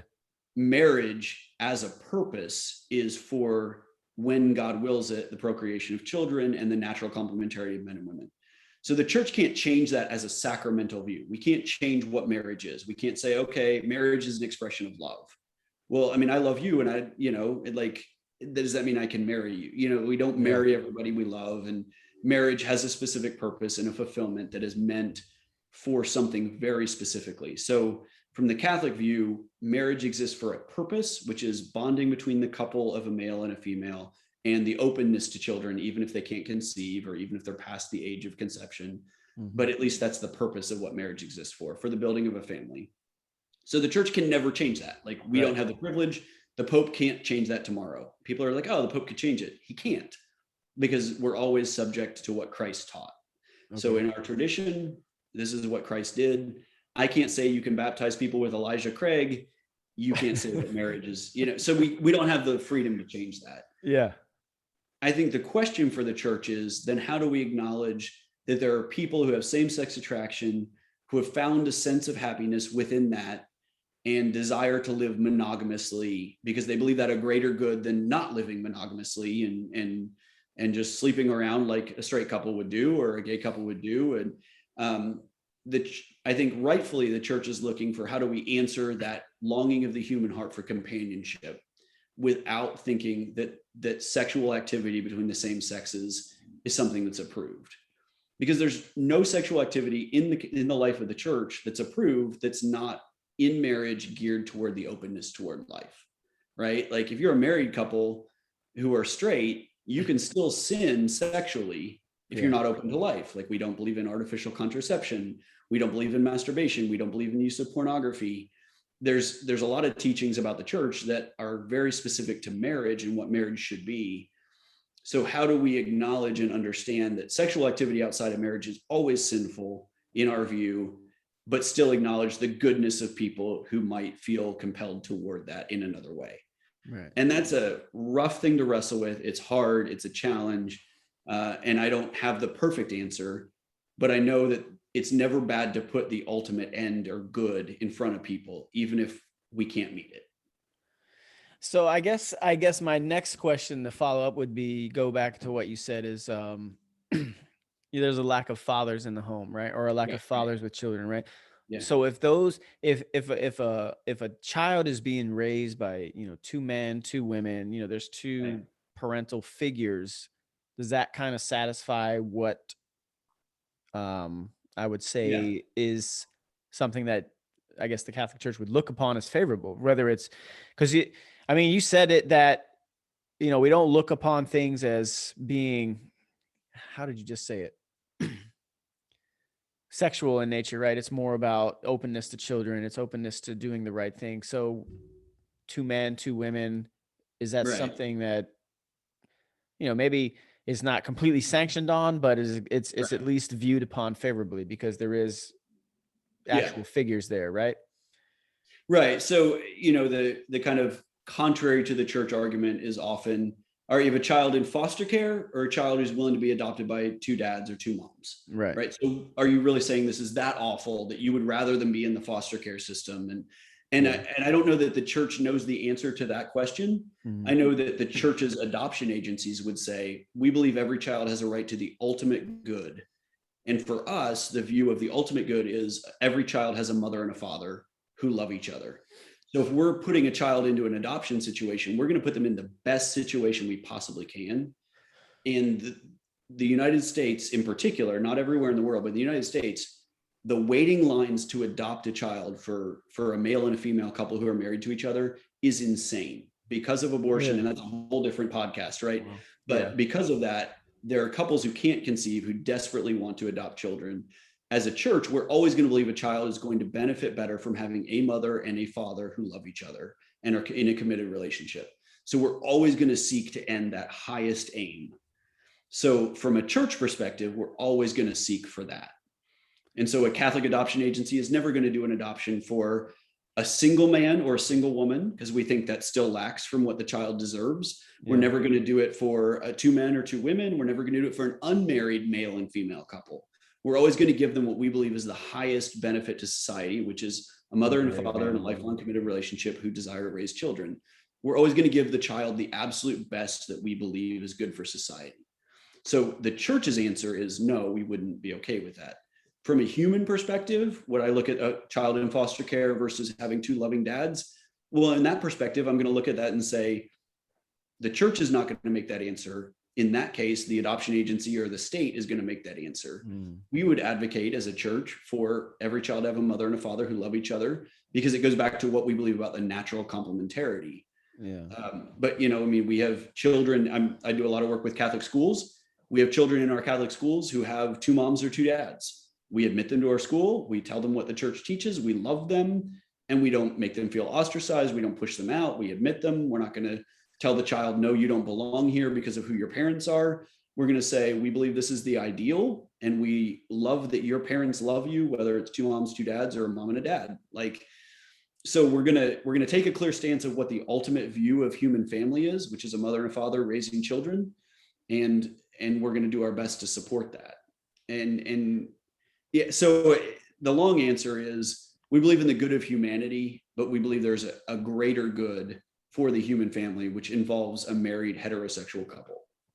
So, I think this it may tie back into where we're at today, but do you think, or have you seen like a noticeable shift in the amount of people who are just willing to say, hey, yes, I am a gay man or I am a gay woman? Because Yeah. I've noticed, just, I graduated high school, what is probably gonna be 22 years ago, Yeah. this year or this month, actually. Yeah. And so, man, there was never there was maybe, two or three people we thought maybe were, homosexual or, Yeah. maybe, or who were even comfortable with admitting it. And now it's not unheard of. It's not even, it's not, Yeah. and I don't, cause look, the way I come out on this, like, I treat people for, it's very, hey, this is very basic, right? I think, what's his Right. name? Martin Luther King Jr. said, treat people based on the content of their character, right? So Right. that's where I'm at. That's my baseline for everything. Like how you are as a person. I don't give a damn about any of your sexuality, none of that stuff. How are you as a person? That's all I care about.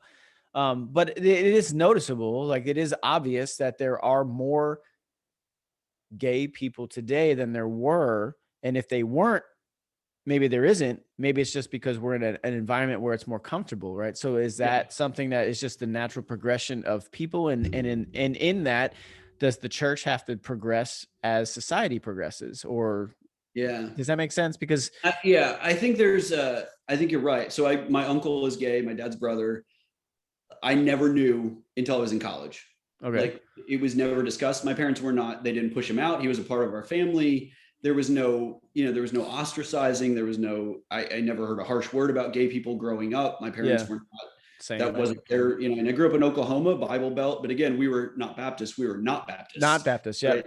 You guys drank and danced. Right. So I never heard a single discriminatory word against gays. And I didn't even hear like anti-gay jokes growing up. Like it just wasn't my parents. Really? Okay. I never heard I grew up in Oklahoma in the 80s. I never heard a racist word. I never heard a homophobic word. I just heard we just love people and we were fine. And my parents were by no means progressive.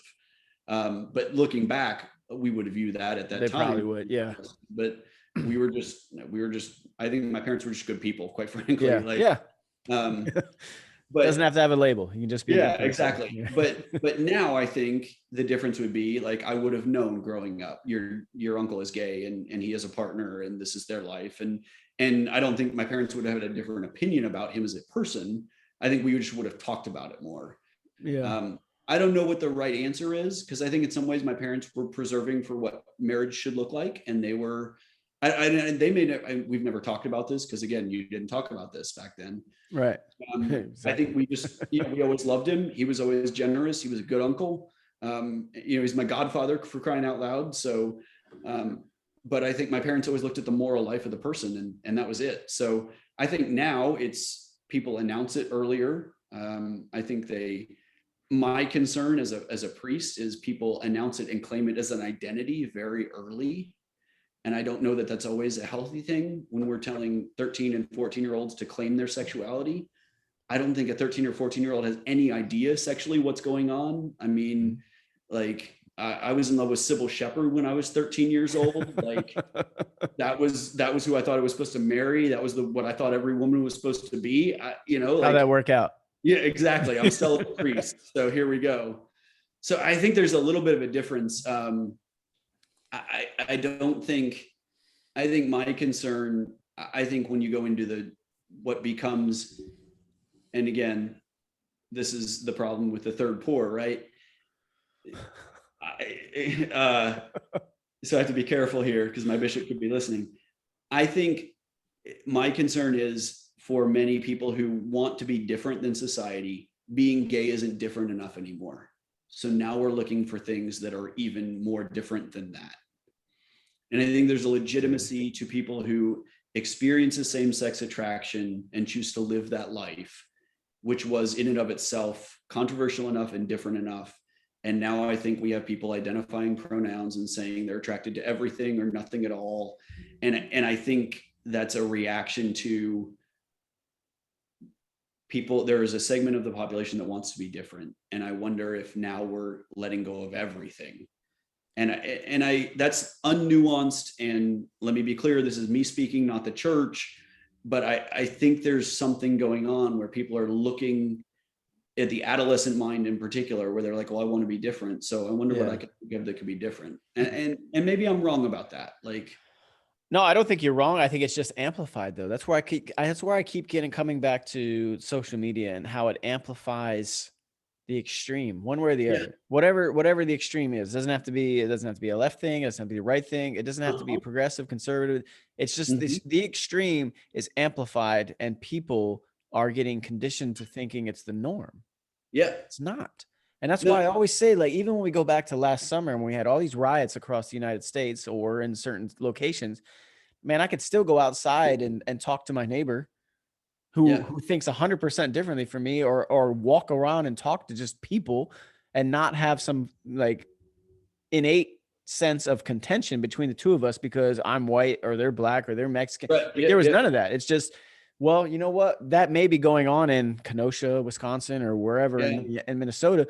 That's not the norm. And it gets portrayed to us and fed to us as if that is the actual norm, that every American is at each other's throats right now. And it's just not true.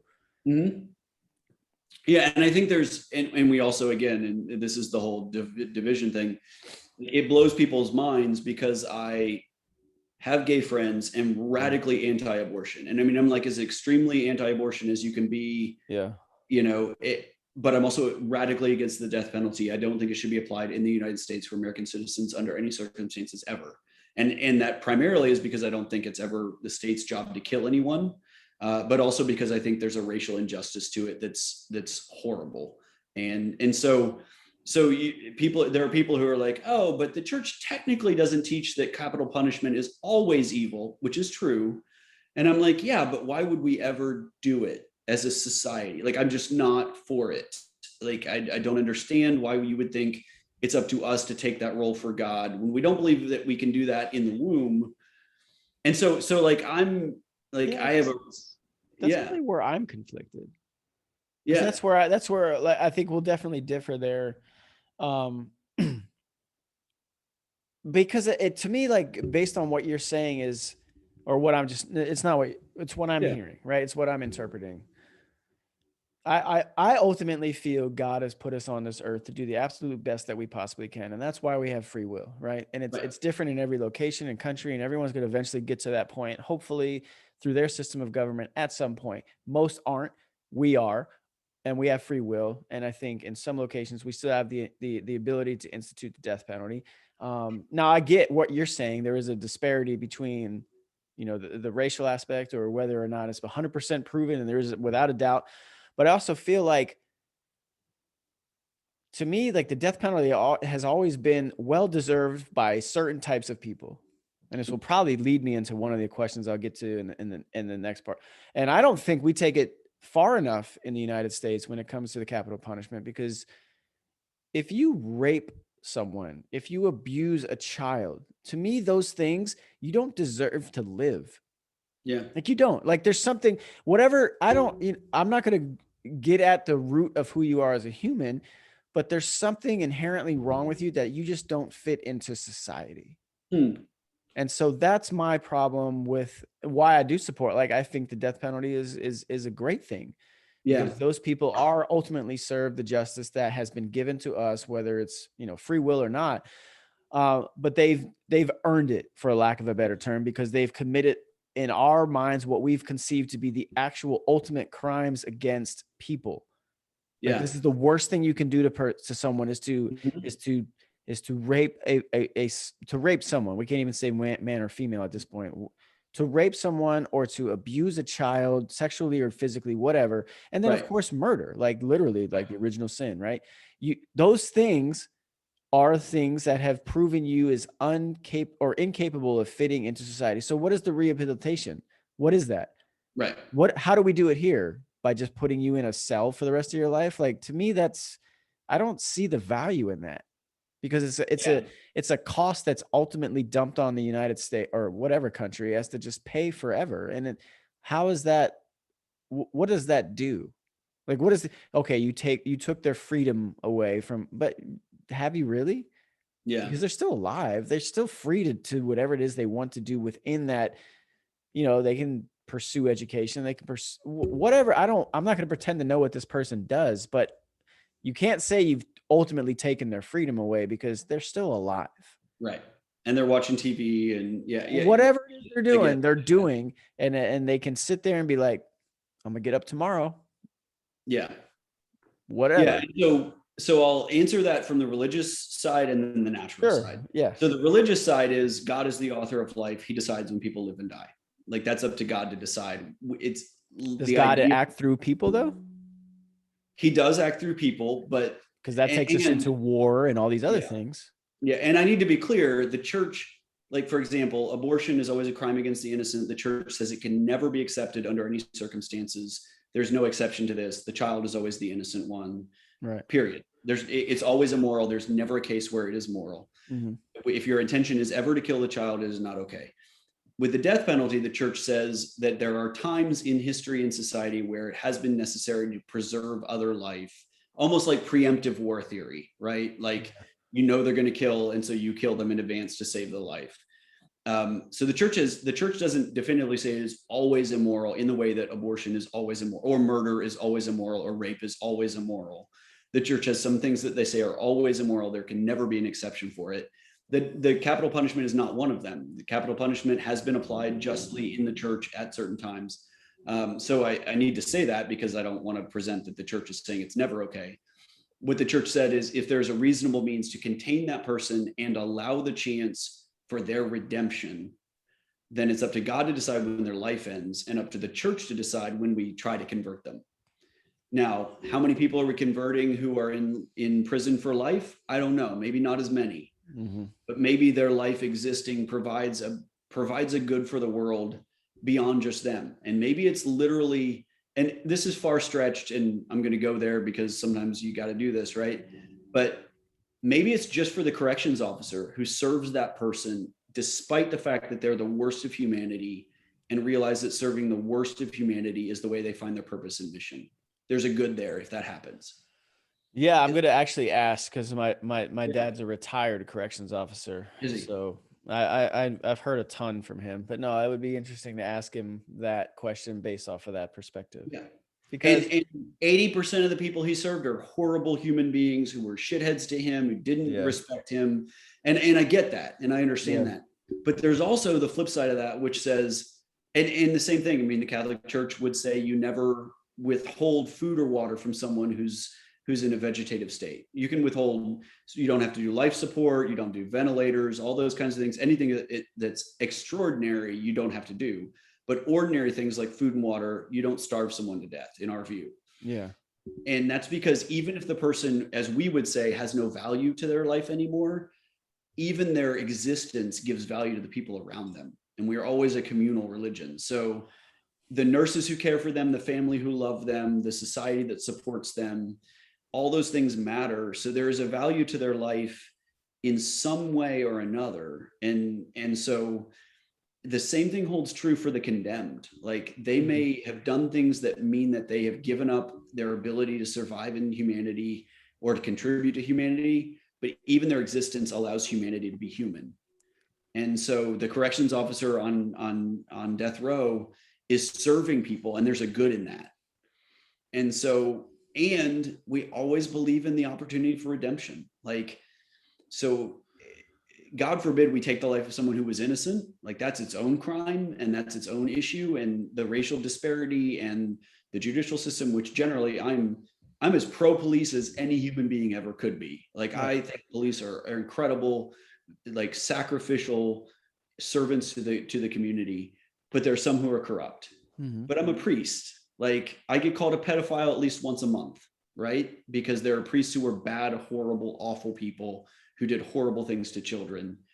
And so I know what it means to experience the brunt of that when I'm trying to do good, the same way that cops experience the brunt of, there are some bad cops. So I have a particular affection, I think, in that regard. I think in the justice system, we have failed people, and we've believed that they've lost their humanity. And in my worldview, you can't give up your humanity even by your evil actions. So I wanted to touch, since you mentioned it just then, why is that something that seems to be, because it's attached whether we like it or not, the pedophilia aspect, right? Why is that something that has taken root and kind of, it's persisted for a very long time? So what I don't even know how to word the question, but why is that something that exists in the priesthood, I would say? Sure. It's a legitimate and fair question. I'm never offended by it, because it's horrible. Right. And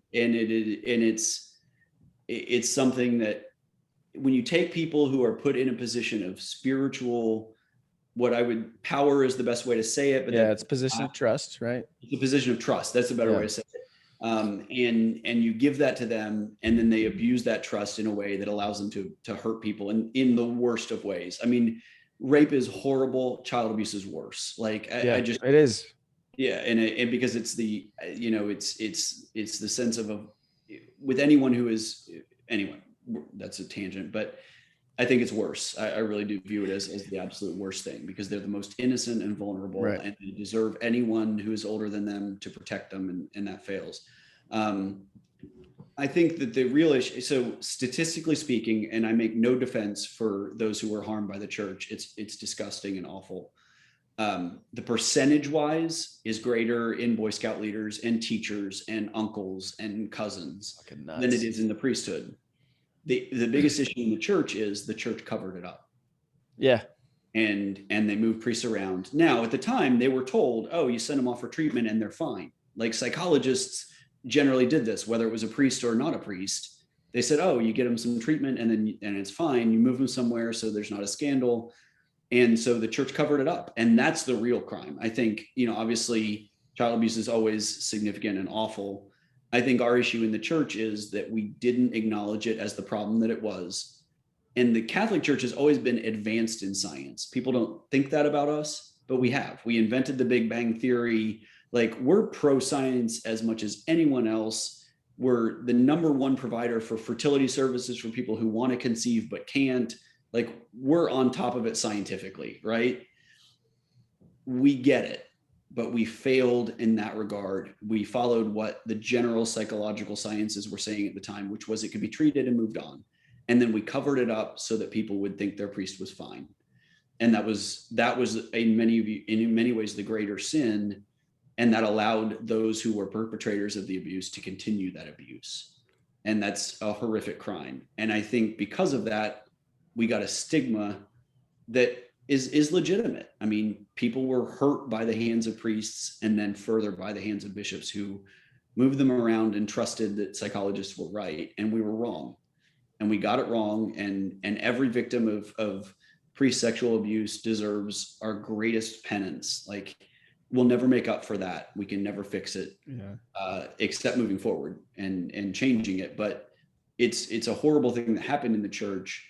It's not any greater in the church than it is in the family or in the schools or in the community.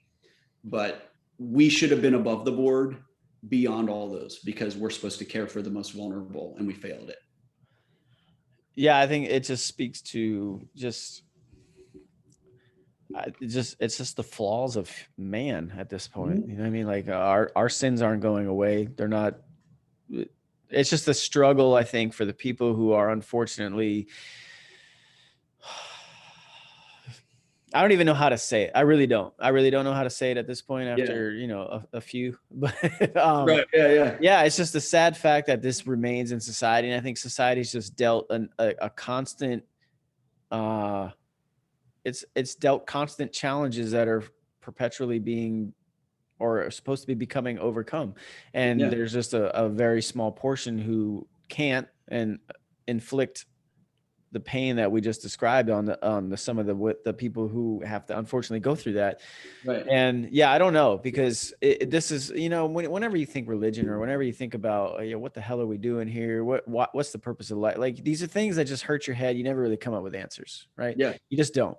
There's no answers. You don't have an answer. You just have to kind of, you're going through it the best that you can each day. And you approach life differently than I do because of your faith. And, but I think that's just kind of where we're at. And I know the negative gets amplified to heightened levels at this point, especially with social media, because of algorithms or whatever it is you want to say that allows these things to kind of take root in the forefront of people's minds. Yeah, I'll debunk that a little bit, though. And I'll say, yes, I think the media is happy to accuse a priest and to make the stereotype about a priest. But quite frankly, we deserve it. Like, the percentages are not any higher than society. In fact, they're less. I mean, school teachers are the worst. And well, actually, that's not true. Uncles and other relatives are the worst, and then school teachers. But then there's scout leaders and camp masters and all those other groups. But we should be held to a higher standard. Like, we're standing up as a moral authority and saying what's right and wrong in the world. And people are told to trust us as the path to what is eternal life for them. We should be held to a higher standard as priests. Like, we should be held to a higher standard than a teacher, because we're telling people not about this life, but about the next. So I think that the stereotype and the media attention is biased. I think it's strongly against the church, but I think the standard should be higher for priests. So I think the ways that we have failed as priests, we should give a deeper apology, and we deserve a greater penance, because we should be held to a higher standard. So I think the next logical transition would be to ask, how have you managed? I mean, I know why, but I just want to know, are you forced to root for the most underachieving college football program in the United States, Notre Dame? Notre Dame? Notre Dame. Oklahoma or Notre Dame? No, Oklahoma's actually been relevant lately. Like, Notre Dame gets there just based off of their name, but they always get destroyed.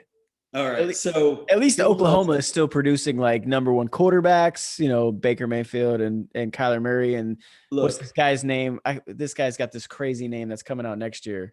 Who's the quarterback? Like a snake or something. What's this dude's name? Oh man. It's not hitting me right now. It will be after. I'm gonna look this up. It's such a college football name. It is, and I want to think of it before you look it up. Is it Spencer Rattler or something like that? Yeah, Rattler. Yeah, you got it. Rattler. Yeah. I said snake. There you go, Rattler. You got it. Yeah. So here's what I'll say. So I'm I grew up in Oklahoma. We had, and I've never been an NFL guy. If I had to have picked a team, it was the Dallas Cowboys because they were geographically the closest. And I'm with you now. Awful. But it was, that was all I had, right? So Oklahoma football through and through, and I didn't really care about football until college, and I didn't go to college in Oklahoma, but it just was, that was when I started to care about football and spent a lot more time. I grew up in Oklahoma where my high school stadium seats 20,000 people. That's another world. Like it's another world. You're not from that part of the country, you don't understand. Yeah, and until you're there, and my dad was the announcer and my mom was his spotter for 25 years in my high school. Like it was our life. Friday night was everything for football. And our house growing up smelled like Pizza Hut because my mom wasn't cooking, and Dracar Noir cologne because the boys were going out. Our teenage angst was out on the prowl. Oh yeah, that's middle school cologne right there. Yeah.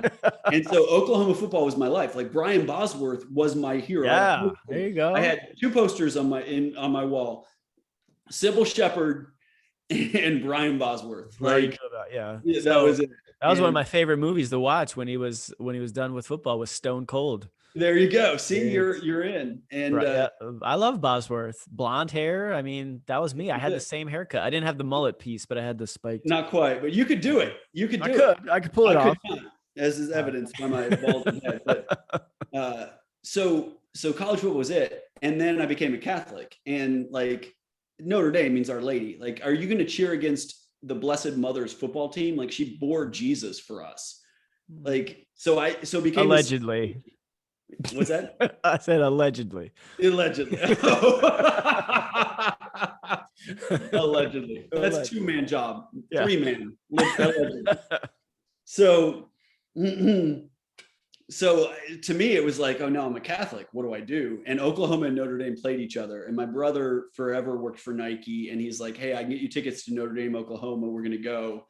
Who are you cheering for? And I'm like, look, between Oklahoma and Our Lady's team, you don't cheer against the Mother of God. Like I got to stick with it. And so it's a constant conflict in me. So Oklahoma, I can back up any day in football. Notre Dame, overrated. Fair statement. Occasionally really great, but no, they're good every year. But they always get they're not good every year, and then they get crushed. So anyway, the reason I have disdain for Notre Dame is I grew up a college football fan of Michigan. So Michigan always, come and save us. Yeah, Michigan traditionally used to always play. We were friends. We got through. Look at what we got through. We got through. Hey, look, I'm a UCF fan more than anything at this point because that's where I went to. That's where I ultimately graduated from. So UCF's actually good now, so it's cool. Right. But no, I did grow up a Michigan fan. It wasn't against Notre Dame. It was primarily because my brother growing up was a Washington Huskies fan, and Michigan was always playing them in the Rose Bowl. I just wanted to be contrarian to my brother. So there you go. But no, I grew up to some good Michigan teams. Charles Woodson, the national championship, the last time they won a national championship, 97. Right, yeah. Because Michigan, don't get me wrong, Michigan is Notre Dame at this point. Like they're all just living off a past legacy. They're not good. They're not good. They get stomped, but when I went through high school, they were the team stomping Ohio State. They have not beaten Ohio State more than I think they beat them once, like 12 years ago or whatever. You're going to get me on my rant about Urban Meyer. Oh my goodness. You know what? But Michigan is Notre Dame. They're living off a legacy from 70 years ago, and they're not competitive with Ohio State. It's not even people like every year when Michigan plays Ohio State, it's like, oh yeah, it's the greatest rival in college football. No, a rivalry implies that both teams can win. Okay. Ohio State is not at threat. Not a rivalry. There you go. It's not. And it hurts me to say that because I hate Ohio State, even though my Bears just drafted Justin Fields. So now I'm a big Justin Fields. Oh, you did? Yeah. Yeah. So I'm happy about Bears. That. Yeah. Bears are your team? Yeah, I'm a Bears fan. Oh, wow. Yeah, a lot of Bears fans are Notre Dame fans, so I do. Yeah, that's true. That's true. Yeah, that's fair. No, I grew up a Bears fan. All my family's Eagles fans. My brother's a Seahawks fan, and my dad and I were the Bears fans. New Bears, good for you. Yeah. So that's where I'm at, because I just, I look at this year and How old are you? How old are you? Right now? 40. Yeah. Because I mean, I grew up Super Bowl shuffle. Like so that's what that's what made my dad become a Bears fan. And gotcha. So, okay. He was Bears fan. I was like, oh wow, I just want to do what my dad does. So Yeah. Good for you. You're a good boy. You did good. I had a dad. I had a dad who cared. It was great. Here's what I'll say about Notre Dame. There's first of all, they announced at the beginning, middle, and end of the game, mass will be 20 minutes after this game is over. They really? I'm a Catholic priest. Come on. I gotta be on board for that. It's Our Lady's University, but you've named it exactly. We're riding a legacy right now, but that's the beauty of college football versus even the NFL. And but is it that strict of a religious school? Because they are a great school. Let's take sports out of it. Like they're, right. They're legitimate. It's a great school. I would say that they are not authentically Catholic the way that I wish that they were, for sure. Is it required if you're a student to go to mass? Do you have to be Catholic to go there? You have to take religion. Okay, but you don't have to be a Catholic to go there, because I'm pretty sure the football team's not Catholic. Correct. You got that right. Manti Te'o, nobody even knows if he even exists. He could be a cartoon character, for crying out loud. You got catfished and you're on national television. I was say, he just signed with the Bears last year, I think. Poor guy. And he hasn't played a game since, but he was a great college linebacker though. Right. Great college linebacker. Right. It ends. But if you look at Notre Dame, there is a Catholic chapel in every dorm. There's a mass in every dorm. There is a Catholic life on that campus. The overwhelming majority of kids who are there want to do good. We get a lot of priests out of there, a lot of nuns out of there. So yes, it is a Catholic school. They do some things as an institution I'm against. We should have never honored Obama. We should have never, there's things we should have never done as a Catholic institution. I say we, like I'm a part of them because of my football allegiance to them. But yes, they are an authentically Catholic school. They teach good theology. Keep going. No, you're right. But keep going on that. Yeah. So, where are you going? You got a little toilet break there. Yeah, that's what I'm going to do. Carry on. But no, wait, what was this Obama thing you brought up? All right, carry on. So when Obama was president, Notre Dame awarded him with their highest honor in presidential and university award, which gave a commendation toward him as a kind of contributor to society that seems very contrary to the life of the Catholic Church, because he's so adamantly opposed to the church, particularly on abortion and religious freedom. And so the church opposed it, and so did I. And it became a big issue in the Catholic world. No one cares about this unless you're in the Catholic world. But if you are in the Catholic world, this is egregiously against what a Catholic university should do. Every Catholic university operates in the name of the church and shouldn't live in a way that's contrary to it. And some say providing an honor to him is a good thing because he does a lot of good for the country because he's the president and sacrificed 8 years of his life. Many in the church say he doesn't deserve a Catholic honor. There it is. All right. I gave the summary for your listeners. I do appreciate that. That was, I guess I think it's just kind of more in line with where we're trending as a pop culture society. I think that's where we're at. And unfortunately we're making it very what's the letter next to you? Oh no, sorry, man, we can't do it. You got the wrong letter next to your name. So that's entirely true. And it's, I always say people are always surprised to hear this, but if you go to a Catholic parish anywhere in the country, the Catholic parish looks exactly like the country. Yeah. So we're a little more politically conservative only because of certain issues regarding the dignity of human life. But, during the whole Black Lives Matter thing, Catholics are adamantly against racism. We have always been. We were the first to integrate. Catholic schools were the first to integrate in the United States far before Brown versus Board of Education. We've always been cutting edge on civil rights. We were adamantly against the Vietnam War, which I don't know that I would have been, but the church was. So we've always been a civil rights kind of a group in the church and in the world. But when you go in my pews, half the country, we follow exactly what the country did. A little bit more of a pro-life vote, but for the most part, we're generally the people. And so in any controversial issue, my pews are filled with people that are exactly make up the demographic of the country. And that's generally true everywhere. So I think when you look at a divided country, that means you have a divided church. Yeah. Half the country thinks we should give Biden Holy Communion, and half the Catholic Church doesn't think we should because of his stance on abortion and other religious liberty issues. So there's always a division there. There's always a tension.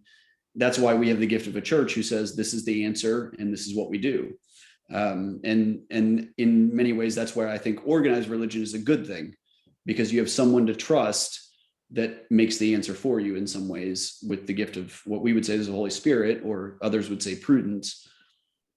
So anyway, that was a tangent. Well, so I mean, because I keep bringing this up and I know I keep saying it, but like based on what you're saying, like, so is free will a gift from God, or is free will just kind of where we're at because we're fortunate enough to be blessed in the United States?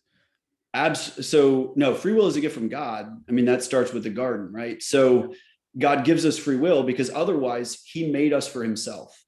So if he gave us no free will, he creates Adam and Eve and he says, you'll love me. You'll never take the fruit from the garden of, the forbidden fruit. You'll never take from the garden of good knowledge. And they can only choose what is good. They can only choose God. Well, then he's created them only to praise and love him. But God gains nothing by creating us. He didn't do it for him. He did it for us.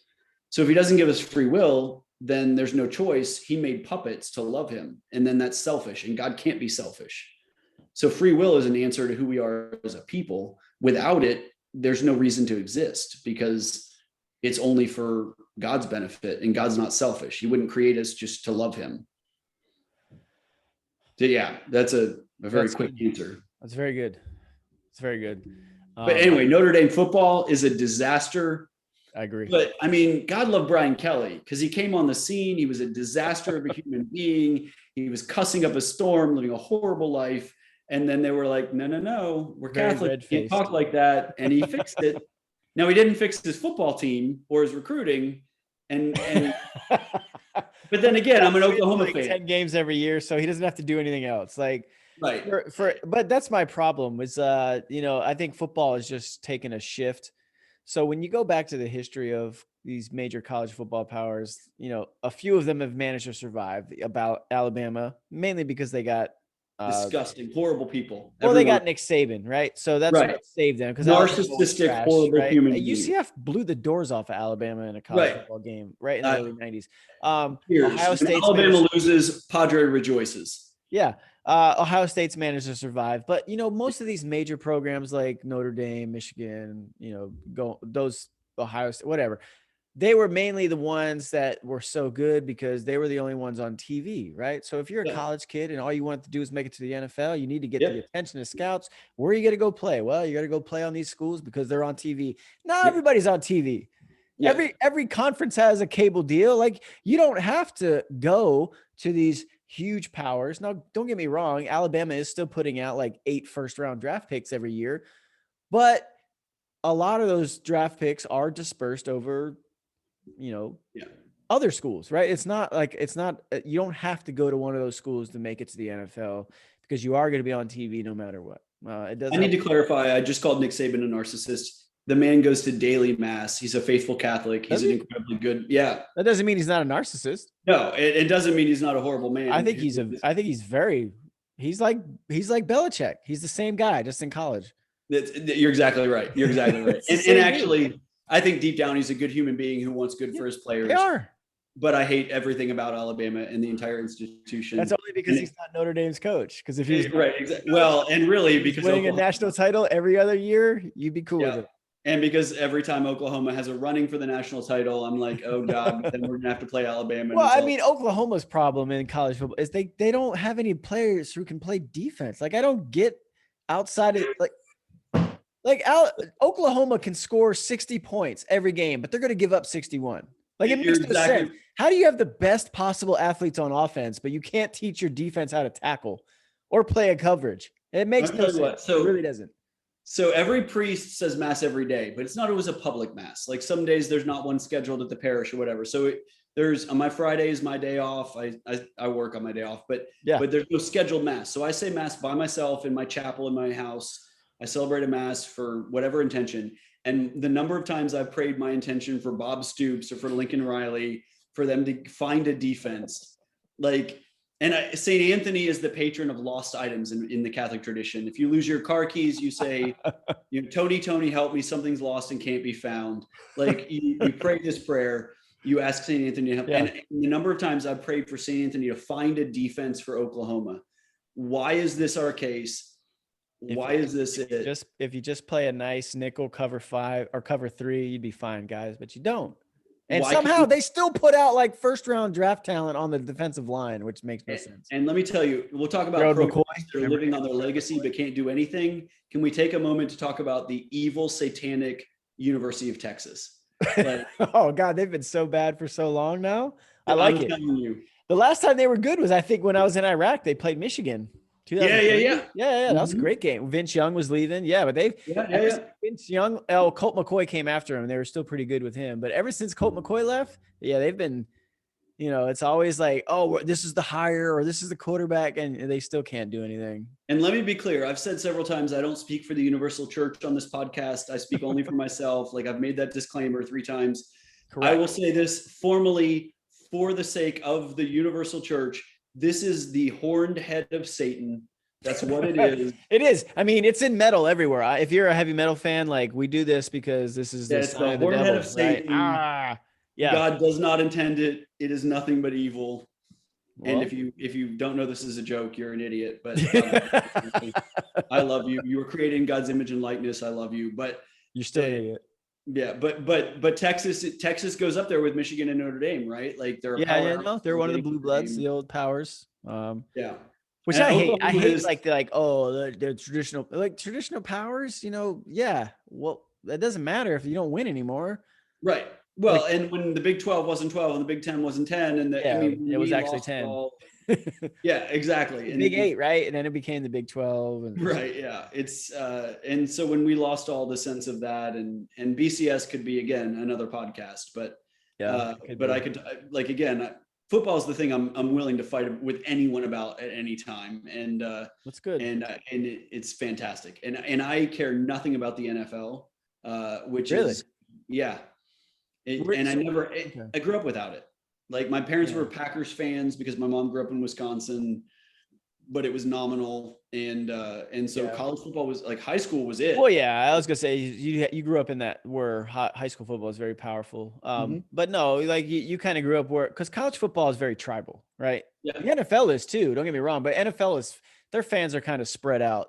Yeah. Whereas college football, it's like, there's people that are diehard fans of schools that they never went to. Like, you know what I mean? Like, this is it. And when I meet people in Virginia from Oklahoma, the first question I say is Oklahoma or Oklahoma State. And they'll be like, oh, and I'll fight with them. When I was a drill sergeant, we were at Fort Benning in Georgia. We were living in Phoenix City in Alabama. So right on the border, but you go into any store in Alabama and it's nothing but Auburn and Alabama. Yeah. Like, you have to make a choice, and they're going to help you with that because we're going to patronize, the things that you can. Absolutely. Yeah. I interviewed a teacher this week to hire in our Catholic school, and she's from Alabama. And I said, find out if she's Alabama or Auburn. And sister principal, the nun who runs our school, who's the holiest woman in the world, who I literally, to this day, my greatest accomplishment is I've never cussed in front of her, which is an incredible accomplishment. Self-praise is no praise, but I've done it.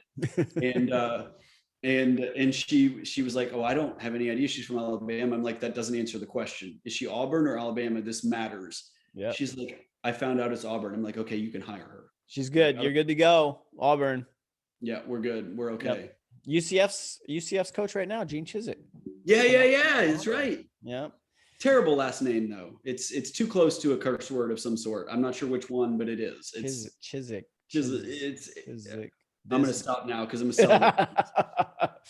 All right. So you're going to stop. We're going to stop. All right. That's Father Dan Beeman. We'll probably get him on here. I'm going to try and get you on here during football season so we can have a whole entirely separate podcast episode. I have a better proposal. Let's meet in Kentucky and do it live. Okay. Are you in Kentucky? What's that? Are you in Kentucky? No, but I'll meet you there. Oh, okay. Well, that's fair. Yeah. We'll do it live. Yeah, well, my parents are in Tennessee, so next time I'm there, we'll do that. We'll do that. Even We'll figure this better. out. But I mean, like your knowledge of bourbon is Yeah, you have wisdom. You're Yoda to me on this that's stuff. true. I Like am. I You're love right. bourbon. I know enough I about am it. the Yoda of bourbon. You're right. No, Yeah. And absolutely so not. we'll meet, you'll show me the way, I'll baptize you, Oh, and that'd be good. it's all gonna work out. You're already baptized though, right? I'm pretty sure I was when I was a wee lad. Find out about that. If I think I not, was. we'll find some water, we'll drink some bourbon, I'll baptize you. Please You'll teach me baptize the me way, in bourbon. It has you'll water. teach me the ways. Yeah, And we'll do here's that. the Totally. thing. I show up to any distillery 50-50. They're a Catholic who owns it because it's the Bible Belt and Protestants don't do the liquor. That's true. That's very And true. they see the collar and they roll out the red carpet, Yep. and then you know the knowledge and great things can happen here. I hope you guys see this is how it happens. This is how it starts right here. This is it, right? This is it. Good job. All right, Father. We will do that. I'll touch base when I get to Kentucky, and we will meet and we will imbibe with the finest American spirit known to man, which is bourbon. Cheers. Fantastic. All right. Remember, you can follow Father Beeman at what your name now is.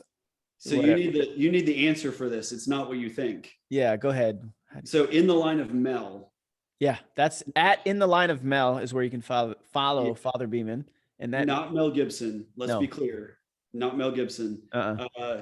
So try to shorten this. Yeah, exactly. So like the ancient priests of the Jewish religion sacrificed animals, right? They would sacrifice animals at the altar. The first Jewish priest who ever took bread and wine as the sacrifice was a priest called Melchizedek. And so we stand in the line of the priest Melchizedek, who used bread and wine rather than an animal. Totally inside Catholic. This is created Twitter handle in 2009. And everybody's like, oh, geez, we don't know what this means. And so most people think I have some weird affection for Mel Gibson. Not at all. If you can get your lore to one day read about how you were all about bread and bourbon, I think that'd be great. Because wine is so like traditional. It's in every, it's all throughout the Bible. Let's get it about bourbon. So in 21, Whatever. Like, Father Beeman, he was the one. In the line of Beeman. He was the patron saint of bourbon. I'm all on board for it. So anyway. All right. So you can follow Father Beeman at In the Line of Mel, right? Yep, you got it. I said that right. Okay, great. And then you can always follow me at Eric TWBB for There Will Be Bourbon. All right. We will see you guys in I don't know, whenever we decide to make another episode. Probably next week. Until then, drink more bourbon. All right. It's America's spirit. We're all about America here. All right. Cheers. The end.